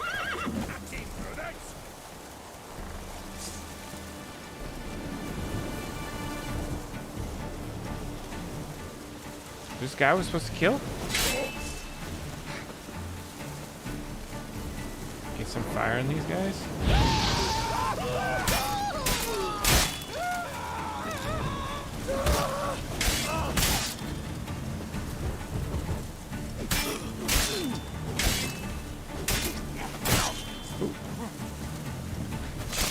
Whoa!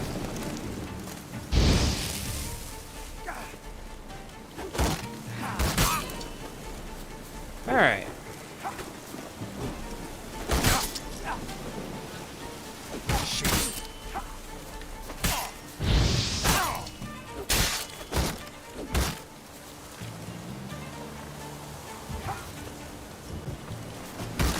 Not good.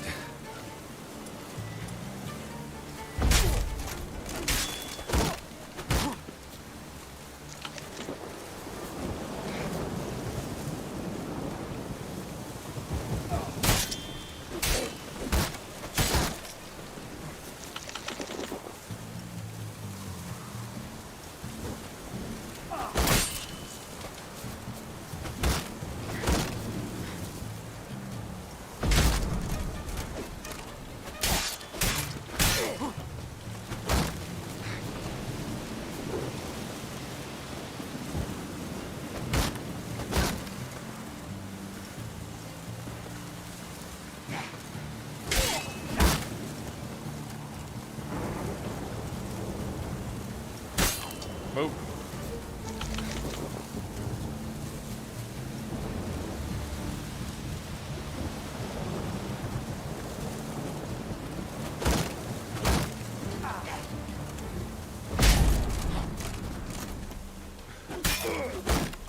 Shit.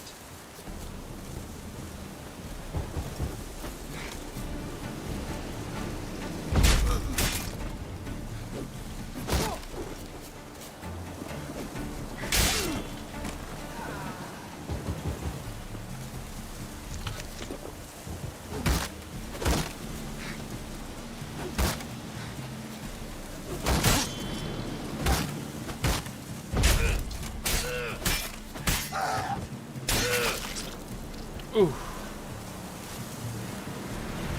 Easy spot. Lots else to do.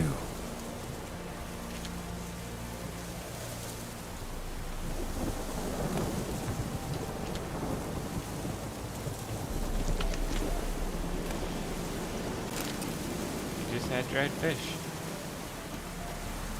Thanks, Roach.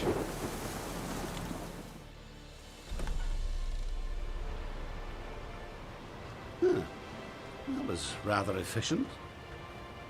That all you got to say? I saved your life.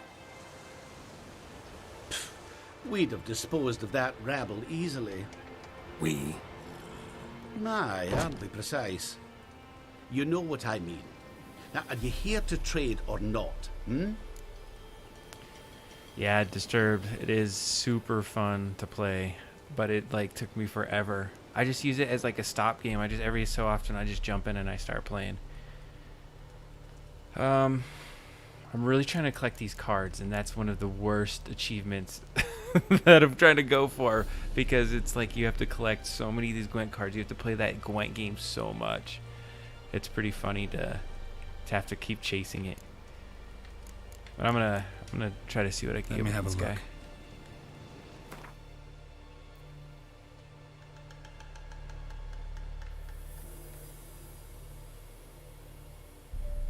Just needed that yellow stuff.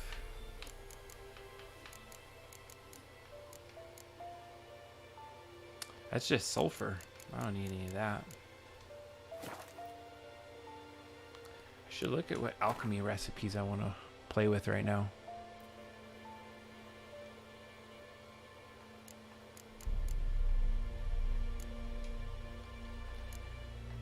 Ooh. Yeah, I was trying to find those cockatice hearts. Let's see here if I could pin this. So let me see what other oils I can do. Just the Dracanoid, that's the one I'm looking for. But no cockatice. No cockatice hearts. I mean, that's what they're called.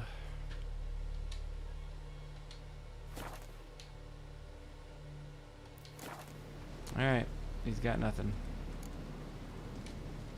Know any advanced formulae? Maybe something you could teach me? All I know, I learned from Master Gremist of Skellige. Looking to apprentice yourself in the herbalist trade? Nah, I just want to learn something new. I learned from Gremlins. Call it what you will. You must sail across the great sea, find the Isle of Ard Skellig. There, in the sacred grove, the learned Master Gremist I already will did judge it. whether you're fit to be his pupil. I already did it. Wouldn't happen to have some yarrow extract. I do. In the back. Follow me, please.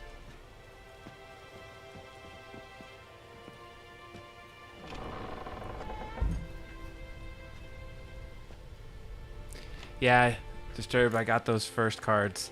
But then they, I guess, did a patch to where if you didn't get the card, it was by, like, they made it show up later in the game by a corpse by one of the trees. But I had originally got it, I think, because I got into the game earlier on. I thought I was going to hate that game, but now I'm, like, hopelessly addicted to it. There's a whole online version of Gwent, too, that's kind of fun. And but it's not as fun as this one, because you're just playing against the computer, and I love whipping the computer's butt. But it's really addictive to play. Early on, it's really tough. Where am I going? Like in this crazy basement? You've come. Good. Remains to be seen. Aim to tell me something, I think. So talk. How do I put this? We share a goal. We both need to get into the Borsodi's vault. Both want something that's in there. Why not pool our strengths? Sorry, but what exactly is yours? Disturbed, I'll show you this like book I have that shows me about the Gwent card collection that I had to find. On paper. Time to set it in motion. You one I can count on.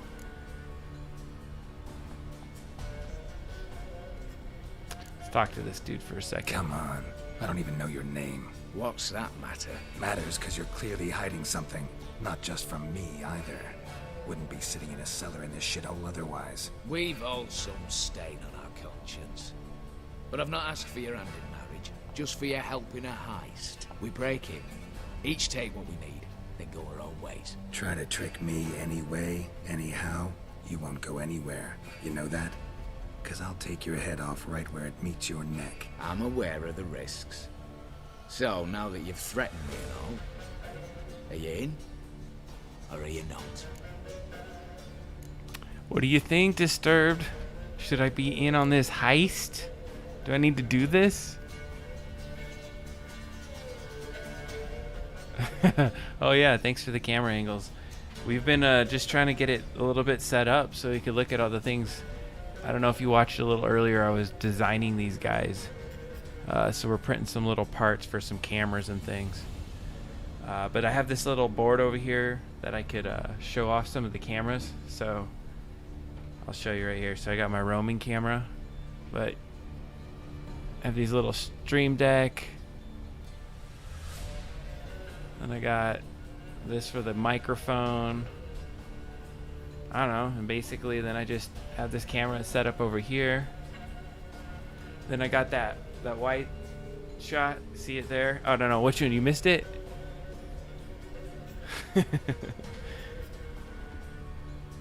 Alright, so with this guy, I guess I got to do this heist is what I'm looking to do. Yeah, so I don't know. Ryan and I do this show, Disturbed, and then on like every Thursday, and we haven't even advertised it. We're probably going to just switch over to Twitch at some point, but we're practicing, so we're setting this whole thing up. The camera, I spent some money to get this specialized one so we could just stream, and I'm going to try to just nail it out. It works for remote work, but it really, really works for just streaming and doing whatever I want. But the whole idea is that I'm going to show people how to 3D print, and then I can just play video games. I got a bunch of old systems I'm going to set up and kind of plug into this and maybe play some original Xbox or SNES and just have a good old time with it. But with this guy, I don't trust his ass, and I got to figure out if I should just go in and do it. It looks like the only option I really have to do is I actually have to go in and thief. I'm not a thief. It's opportunity makes the thief, Witcher. I speak from experience. Talk. 20 Redanian soldiers guard the auction house, day and night. Patrols walk in circles around it, and here, past this corner. Yeah, I'll show you something in just a second here. Gotta get in quietly. Exactly. Not the simplest thing, though. Main entrance, armored door. Windows, dimeridian bars. But not a fortress out there without a weakness. See, I don't know this character. I don't know who he is. Happens to be my weakness, so dispense with the dramatic pauses and talk. Beside the house stands a tower, from which we can enter the attic. We can't hope to enter the tower from the street on account of the patrols, but there's a window 60 feet off the ground. No shutters, no bars. We've got to get up there and sneak across to the auction house, and then down the stairs to the cellar. Crack open or blow off the vault door, and voila. Alright, windmill. There, inside.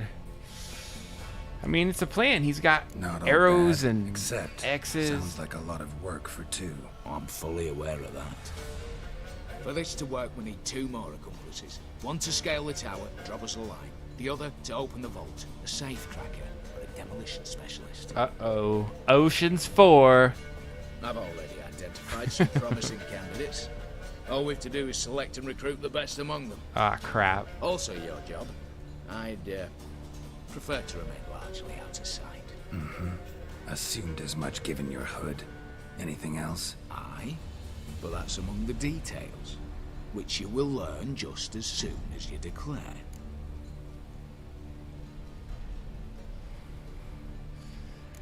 Oh, man. No, I'll commit. I'm committing. Don't really have any other options. So be it. I'm in. But on one condition. No one dies. That clear? As the great son of Nilfgaard. How about we knock back around? Toast a mutually beneficial relationship. Rather get to work. What comes first? First, you have to assemble a crew. Then, there's the Redanian patrols to cover. Get the crew together. Too many wandering round. We could get noticed. Alright, let's see here. right, opening the vault. Who do we have? Let's start with the fact that one of them's a dwarf. Casimir Bassi, native of Mahakam, a specialist in controlled explosions. Folks say he could blow Novigrad to the high heavens with but a pinch of saltpeter. Bolt door for him should be a cinch. He looks very explosive. Damn. The problem is, Casimir apparently hung up his detonators some time ago. He married, sired some littler ones, and settled in the village of Almas. My plane turns down. Any options? Quinto, the North's most famed safecracker. Arrest warrants out on him in Kedwin, Lyria, Angrin, and Kavir. Sadly, he got nabbed a few days back by one Hans of Sidaris, a prick mercenary. I know the man. Slew an archgriffin for him. Mean fiend, pretty much. Hans or the beast? Both, actually. So I'd have to rip one from his cozy home, the other from a cozy cage. Need to think about it. Huh. There's the bomber dude. He just looks like he's bombed the crap out of stuff and make a big old mess. But the other dude, I don't know. I kind of like him. We'll have to see. What's this about culling the patrols? Told you, no one dies. Easy. I don't want anyone's death. Just need some folk to be temporarily indisposed. Spit it out. You've got to approach the garrison's cook. Convince him to spike the soldiers' nosh with something to keep some of them bedridden. 1 in 2, let's say. We don't want to raise suspicions. Know the formula for a potion that might do the trick. There. See? Brew up a bit of that. Hit the town, find the cook, then convince him to do you a favour. I don't know, cast a spell, toss him some coin. You could also use your fists. Break-in artists. Tell me about them. Assuming lack of vertigo to be the first requirement. Precisely why my favourites have blind Gallo. A circus artist, no better as the earth. Why would you be just doing now performing with a troupe that somewhere on near top of there? The specialities: rhythmic gymnastics, breaking and entering. Not officially, no, but I've compared the route her troops taken with a list of the most audacious thefts in recent years. A perfect match. Highly doubt that's a coincidence. But if she's reluctant, we've another option in Hugo Hoff, alias Beef Patty, a halfling. Think he's fit? Pudgy face doesn't really match my image of a criminal. You'd be surprised. Hugo's notched up more break-ins than you felled monsters. More importantly, 2 years past, he nicked a gold-plated cop from the roof of the town hall in Novigrad. So, yeah, man. Word has it, he's holed up in Oxenfurt in a house near the Novigrad gate. Be careful. He's modest and savage, but apparently wicked dangerous. All right, I'm off. Got a bit to do. As do I. Get it all done, and we'll meet back here. What then? Then we'll bugger horsed up, down and sideways, all together.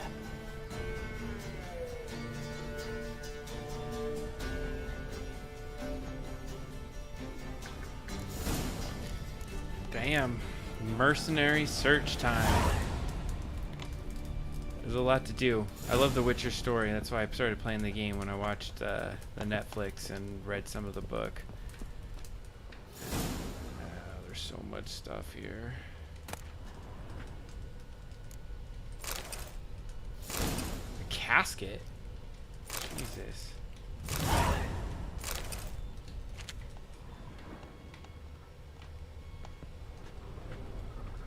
What's Fast 22, Disturb?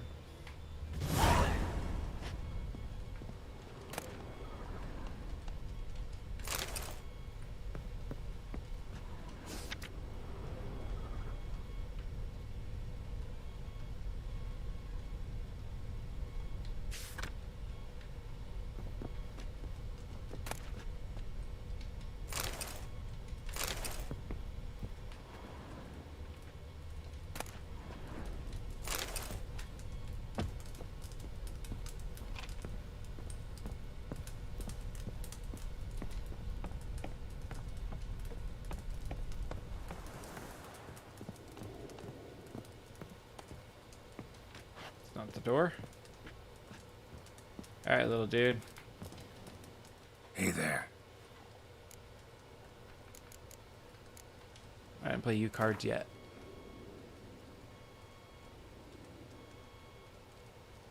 Yearning to play a few rounds of Gwent. Oh, Straight. yeah. That's funny. I was just reading about Vin Diesel today.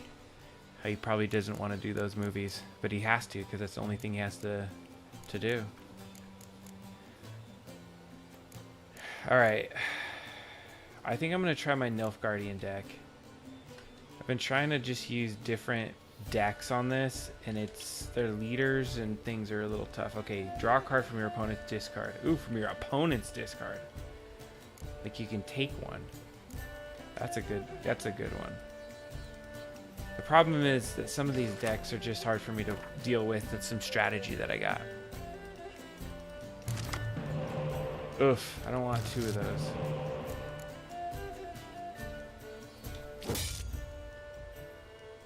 This is a good spread. Except for that 9. Ugh, that's a bad one. Get rid of that right away. So if they have a little eyeball on it. So you see there's a little eye on it? It means you put a spy on their side, but they get the points. And then you get 2 cards. If you put a spy out.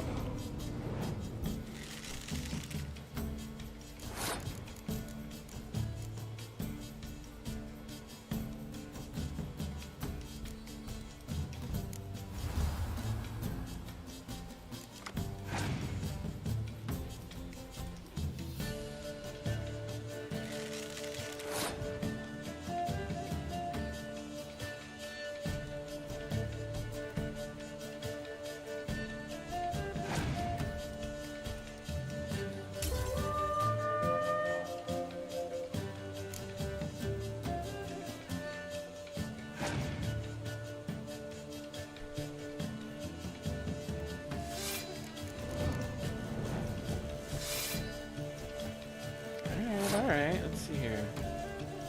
Can I use my leader card? Oh, I can. Let's see here. See how this works. Ooh, do I even want to chance it? Let's just chance it.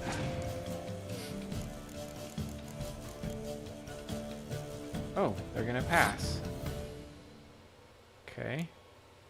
They have a 9. Let's put one of these out.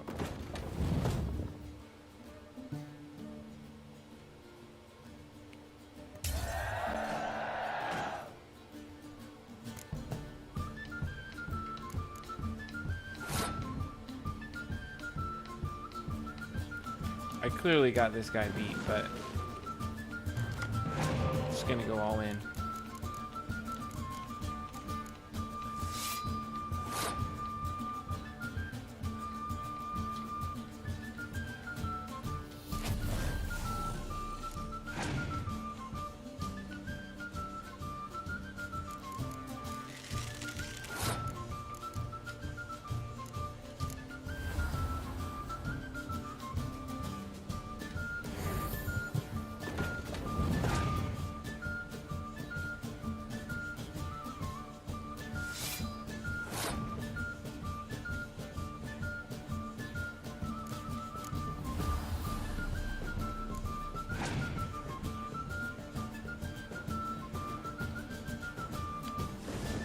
Of course, he's got to bring in the weather. He's only got 2 cards. I got 9 cards left. There's no way he can beat me. I can't even imagine how he would even try. Let's do this. He's gonna freeze me. Okay. But you freeze your own guys. I don't have to put anything in. Let's see how bad I would beat him.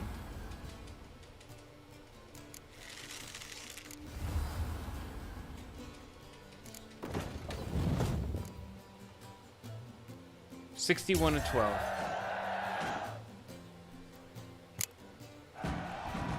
Alright. I should get a card from that. Wax? What the fish? I thought I was gonna get a card. I need to get cards. When you play people Gwent, you can earn cards if you haven't played against them. I don't remember playing against this guy. Alright, redo my health.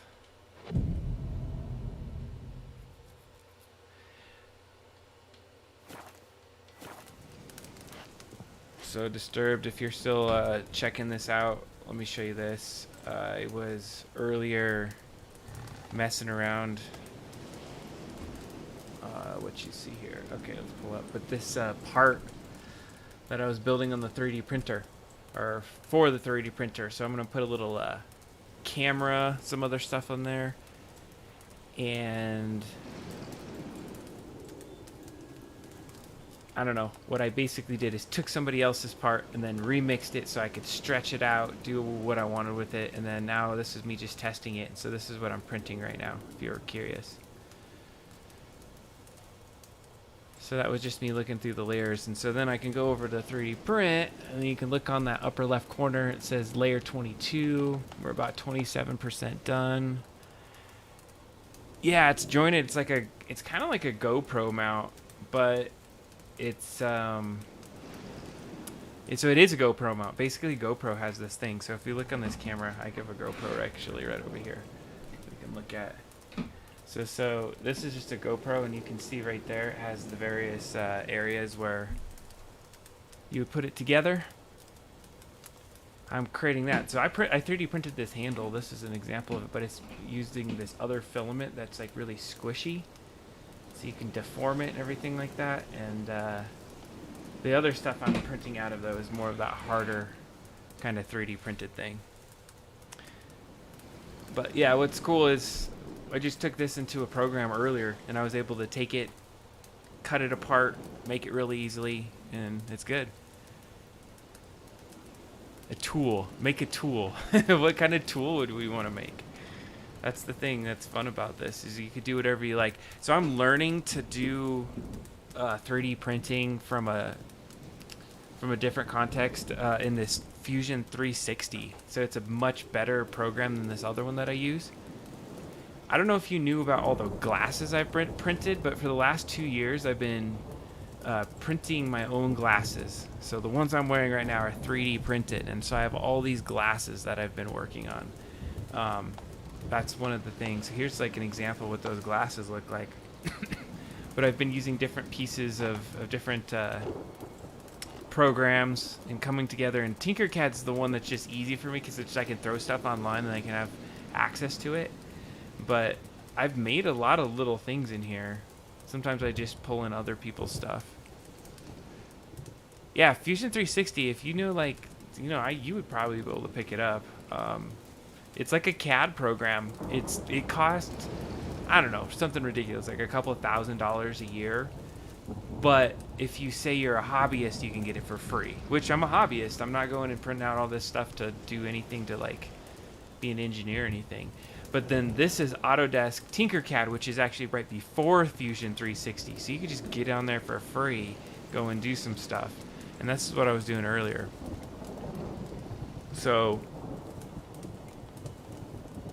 I got this part over here. And I'll just jump in here like this. And I downloaded it, and it wasn't this exact part. I'm gonna just copy this just so we can have a duplicate of it. I'll change this guy to red. So this red part, we're gonna be looking at that. If I ungroup it, it's just a couple of pieces, right?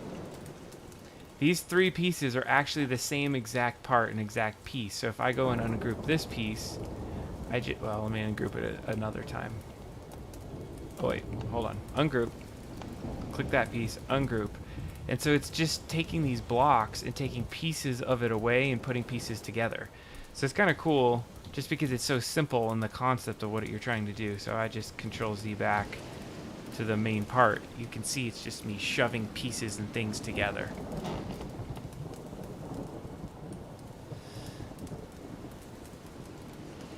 And then what I was doing before, at least with this piece, so when I had it in different pieces, I would take this side, let's say this side, I would take it over here,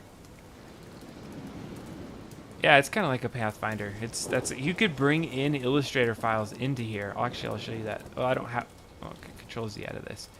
So, I don't know if you still use Photoshop. I would suspect you use Photoshop, but I got out of just using as many Adobe products as possible this last pandemic year because I lost my licensing to this version of it, CS6, that I had on one of my computers. And I was all frustrated, and I was like, I don't want to pay this monthly thing for Adobe, and I got all crotchety. And then so I started this other program, the Affinity programs. I don't know if you've heard of them, but they're really good. So they're made by a Serif. They're really cool. So if you ever have a chance, they're pretty cheap. It's $50 for a perpetual license for each of these. So, you know, 150 total. And then they always have some sort of sale where you get them all for half off. But they're pretty much exactly like Illustrator. So for example, if we wanted to go into one of them, you can create basically vector artwork. Let me just open up Affinity. Take a look at it.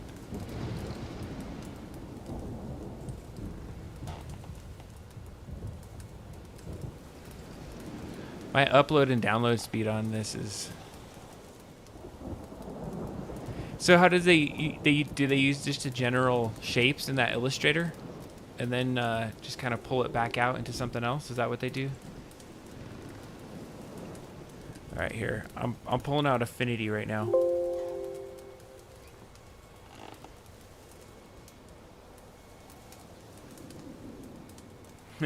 Yeah, that's student pricing. All right, so here's Affinity. This is their equivalent of like an Illustrator, which I really like. You have to relearn it a little bit. There's some new stuff that you do. They have these personas and things, but basically the same thing. So I'm just going to create a place, and then you can bring out shapes and do all the normal stuff that you would expect to do with like a rasterizing program. But I've done this before where I'll go get a shape and then use all kinds of different tools. Let's see here. I don't know which one I was using. It's just a pen. We don't want to use that. Where is the point tool? See, there's this pen where you can do the Bezier curves and stuff like that, which is nice. But so let's say I made a shape like that, and then I filled it. I don't know. It doesn't matter. I'll get rid of this, and then if I export that shape, go to SVG, and I want to just do the selected area. So it should just select that out. I'll just keep it untitled, and I'm going to throw that on desktop. Should be able to get into this program and do the same thing. I think I've done it before. So when you import, yep, SVG's there, so there's that untitled. Oh, it's larger than the workspace. Yeah, okay, that's fine. So can you size it?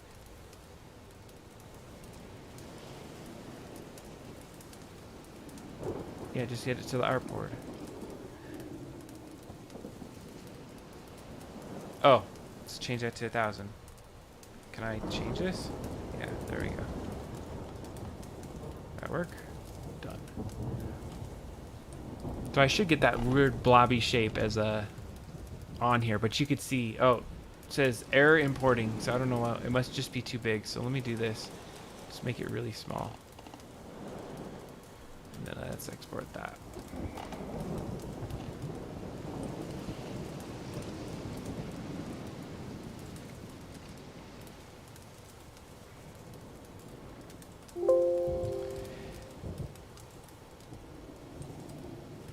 All right. Yeah, I used it in a pinch. It took me a minute to get used to it. It was hard to give up on using kind of Adobe, but you start kind of figuring your way around it. It was fun to relearn it. But I'm not like completely in that art world, so it's apparently having an error importing this, and I don't know what it is. So I'd have to like go tinker around in it. So I know it creates the SVG here, but for whatever reason, it doesn't like what I'm trying to export. I wonder if I could just do it like this. So if I change the document setup, So a lot of it's going to be similar, and I have that DPI that shouldn't matter. Really, it's weird because this version, it handles bitmaps and vectors really pretty well, both of them.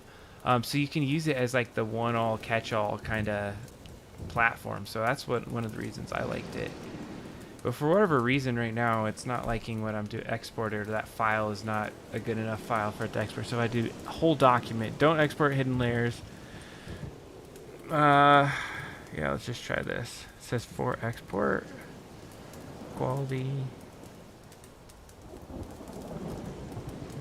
Yeah, we don't need to rasterize anything.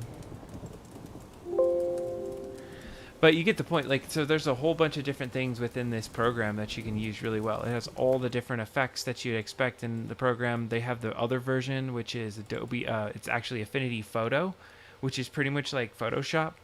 I do have access to obviously Adobe, so if I need to jump in, I can do that. But it's worth a try if you ever just wanted to have something that's on your computer that's a little different, and it does everything really well that really what you would have expected one of these programs to do. So this is the Photoshop version of it, and it has, I don't know if there's anything I have in here. Let's look at this.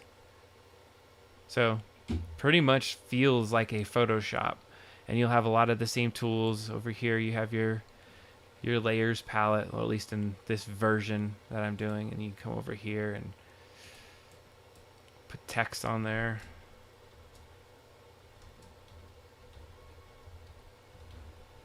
Let's see here. Change that to white. And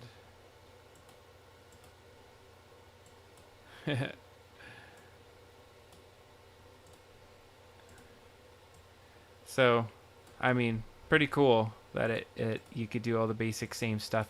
And then it has built-in like layers and things like that where you can do some of your effects right on a layer, or do all your pieces, put masks on things. I don't know, it felt really good.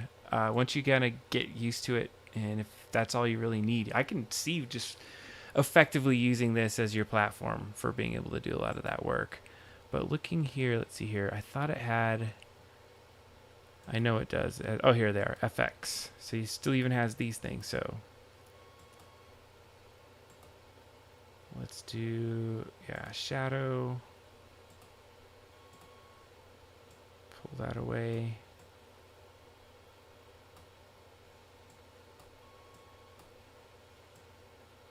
You're getting me into looking at this. Oh yeah, it's so much better than GIMP. It's actually made in the UK. I think that you really can replace most of this. And then I've been using a few other video editing programs. But if you're ever in a pinch, that's exactly what happened to me. I lost my my access to it, so I was in a pinch, and I said, screw it, I'm gonna go buy this, and I did, and it worked out well. But I don't do probably as much as design as you usually do lately. I don't know what you've been up to. I know I saw you, and you were hanging some stuff that you had, I think, designed and put together. So that was cool. All right, back to this game. I don't know. I might quit. I might call it a day now because I got all this little extra stuff I got to run through. Let's see here. It's 10 o'clock. Let me see where my quests are at.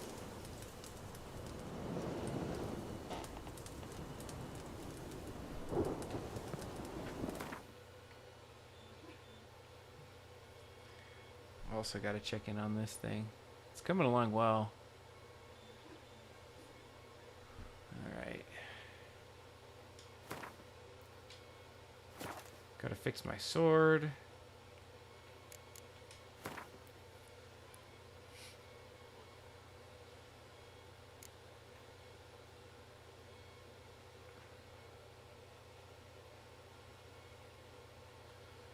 Okay, I think I'm gonna come to that later.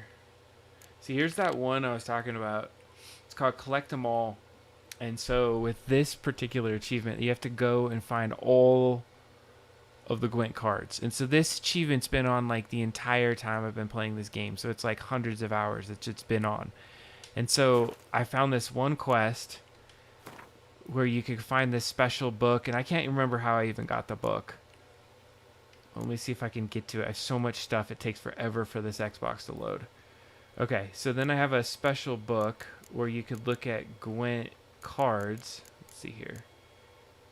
Shoot, where is it? There. Okay. So in Velen I have 3 cards. Novigrad I got 3. I got Skellig Islands 6. Oh. Number of new cards is shown 1 for players no particular renown or skill, so 1. So once I get these damn cards, and I've seen them go down, I've been playing the shit out of everything that I can find here. Yeah, Pokemon. It's just find those damn cards, man. It's ridiculous. Anyway, so now I have this like special magic book that I went find just to kind of figure out. But the hard part is there's nothing. Like if you go to this map, okay, it's not going to tell me that I went and played Gwent at all these places. There's nothing to tell me that I played Gwent with all the people. And so these are all the places in just one map. Like if I go back a map, this is the Skellig Isles. So I can see where you would say it's daunting to want to play, because all these little places I've had to visit just by on foot or in some sort of mission, and there's quite a bit of stuff there. So let's see here.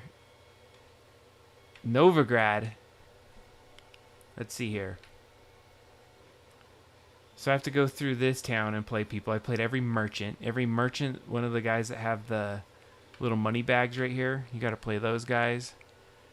Yeah, short 9 cards. I suspect 9. So every time I play somebody, like you just saw me play that guy, I was like, I'm going to get a card. Didn't get one. So I got to travel and just walk through all these different towns and these merchants and just play people randomly. And I tried. There's like guides online to figure out where to go, but it's just as long to like read a guide, go to a place, do a thing. So I played Gwent copious amount of time in this game. But it's okay. So then I haven't even been here. This is a I don't think I've actually visited this side of the map yet. It's an expansion DLC. So but yeah, it's maddening. It's maddening to go look for those damn cards, man. But it's fun because I've played this game. This is a slow roll game, and I knew that. And so I play it in little like chunks, and so most of it nobody even saw. Like I've been playing this for how many ever years it's been out. Just probably a year after it came out was when I started. And I played a lot by myself, and I just pick it up, and sometimes I play for 15 minutes, and other times I'll play for, a couple hours. But I didn't want to feel constrained like I had to do it one way or another, but I am just playing through everything and just enjoying the story. So I do long play on the story and everything. But I don't know if I'm ever going to get those Gwent cards. It's just going to be such a pain in the ass. But I'm at this weird point right now where I have so much stuff that I can't even sell it because I have picked up so much in the game that there's not enough money at the merchants for them to buy it for me. So that's pretty hilarious. All right, I need to fix my sword. It's at 36%.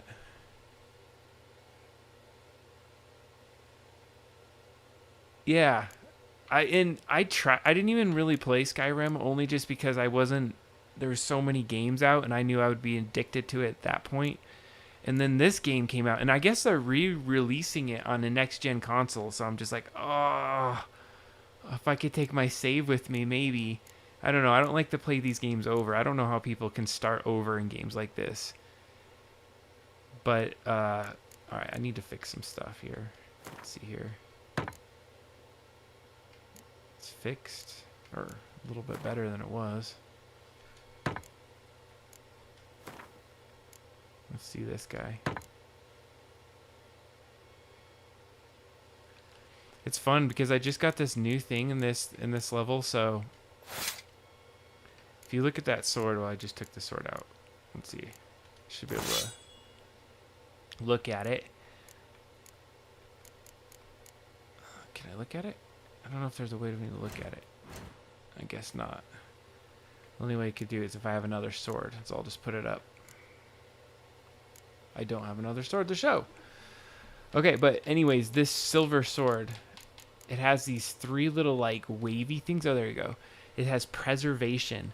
And so first of all, you had to get the sword. Then you have to upgrade the sword with these jewels. But then you can do another thing on the jewels. So it's like 3 levels of crap. And then when I hold the sword, you see on the upper left-hand side of the screen there's like that little circle that has a sword in it. Well, typically that little circle around it will disappear. You just get that, and it makes your sword really sharp, but it'll disappear. But when I put that special stuff on my sword, it seems so ridiculous that I know all this stuff. But that you can get preservation. So armors and table grindstone, it never expires. So once you get the bonus for it, you're good to go. Mass Effect, huh? Can you play that online with? Can you play that with people online?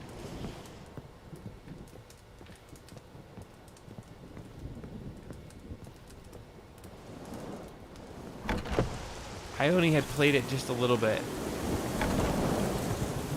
All right, let's see here. I think I'm gonna be done for tonight. Once I start actually streaming on an actual basis, I'll have probably a better agenda.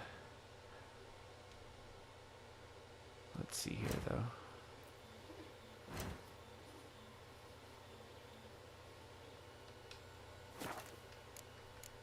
I want to see what quest I want to save it on. It's a 38. I am a 38, so I could do that. Probably check this one out.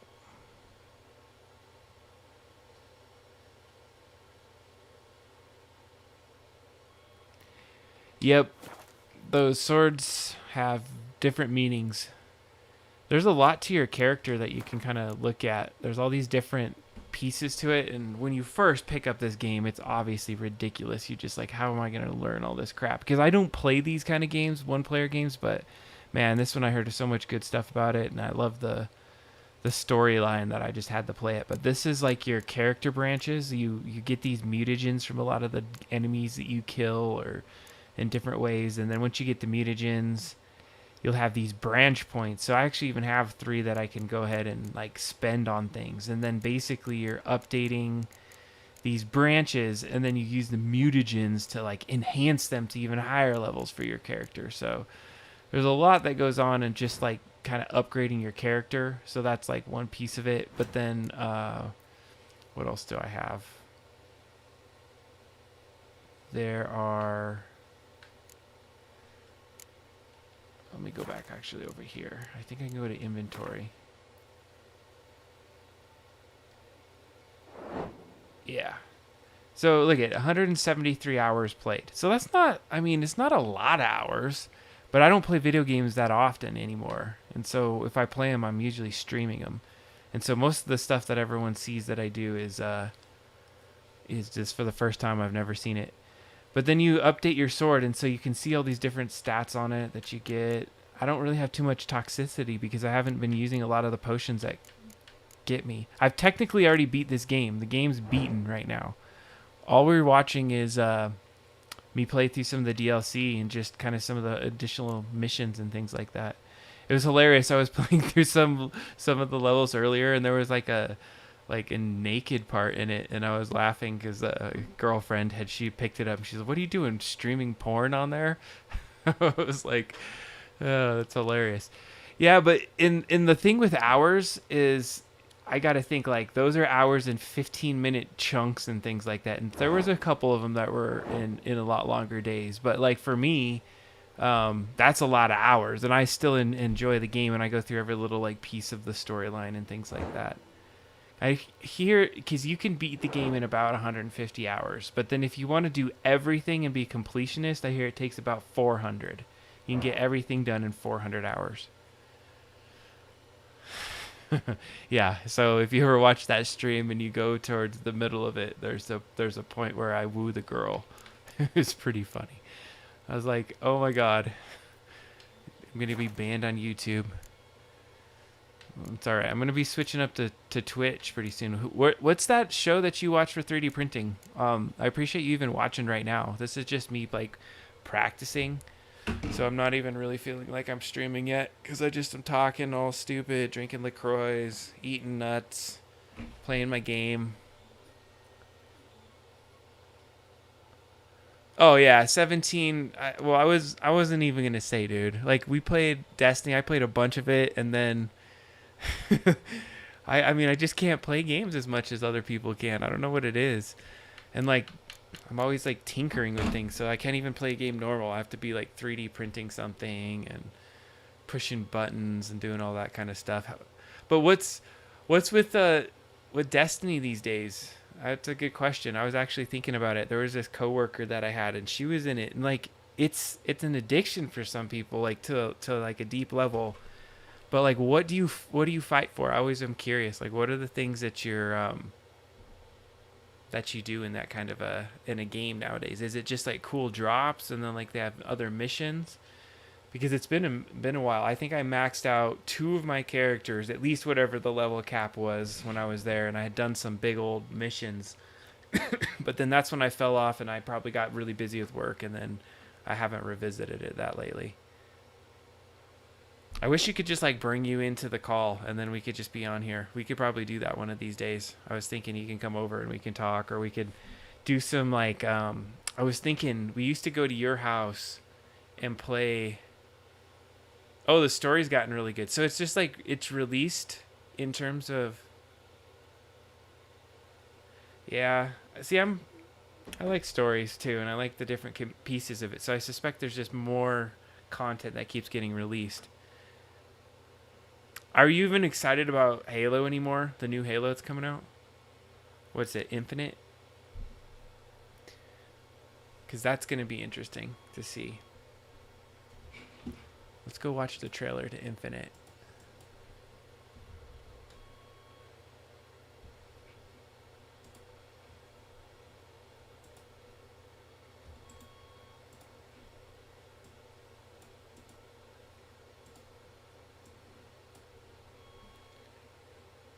"12 hours, Infinite multiplayer technical test could happen as soon as next week." And so not excited. I don't know. I wasn't excited for Halo, but isn't this one where you could play local multiplayer? Like, Halo is the only thing I play with my kids locally. But yeah, I get it. You're into like upgrading weapons, doing all this other stuff. I would really like to see. Wait, is it Halo Infinite official reveal? This is not real, is it? A new day is upon us. A new generation built to fight. Together, we are unstoppable. Are you ready?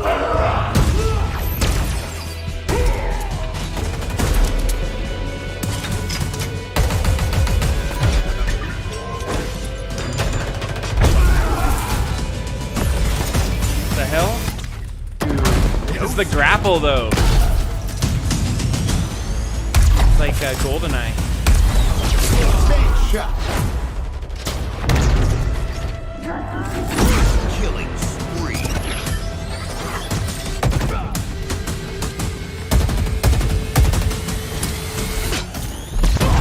Double kill. What the hell is he shooting? Hello, let's do some damage. Skewer acquired. Holy shit. That was sweet. I don't know. This looks cool.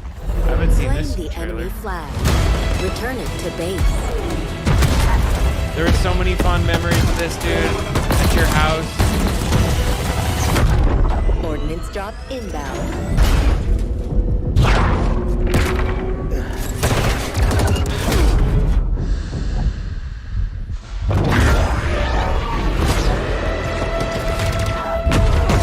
The flag is ours. It's a girl now? Please call ass at your earliest convenience.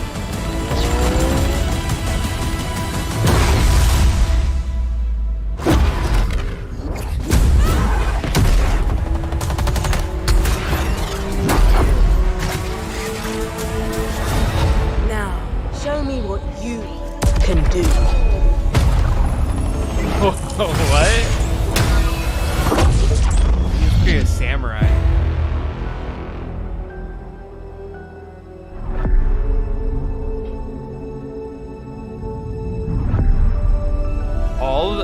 you're saying that all of Halo multiplayer is gonna be free? Play it day one with Xbox Game Pass. So, but you're saying that you're not gonna like the other parts of that? That looks pretty good. I hadn't seen that trailer. That was like my first watch of that trailer. That made me reminded me of a lot of the past. That looked badass. But again, you know, the story and all that, I don't even remember where Halo's at. All right, dude. Well, it's not a girl. Oh yeah, AIs. Is that going to be next-gen console stuff? Are you getting a next-gen? I guess I got to get an Xbox or something at some point. We'll have to see how that goes. All right, well, I'm going to be signing off soon here. Go do some other stuff. Let's see here. Check in on the print. So I'm only 36% done. Got some doing... I think it's going to fit much better than the parts that I had printed out. So I'll check in on that next stream. So thanks for watching today, and I will talk to you later. Maybe we can play some other games out there. Disturbed at some point later. We'll see ya.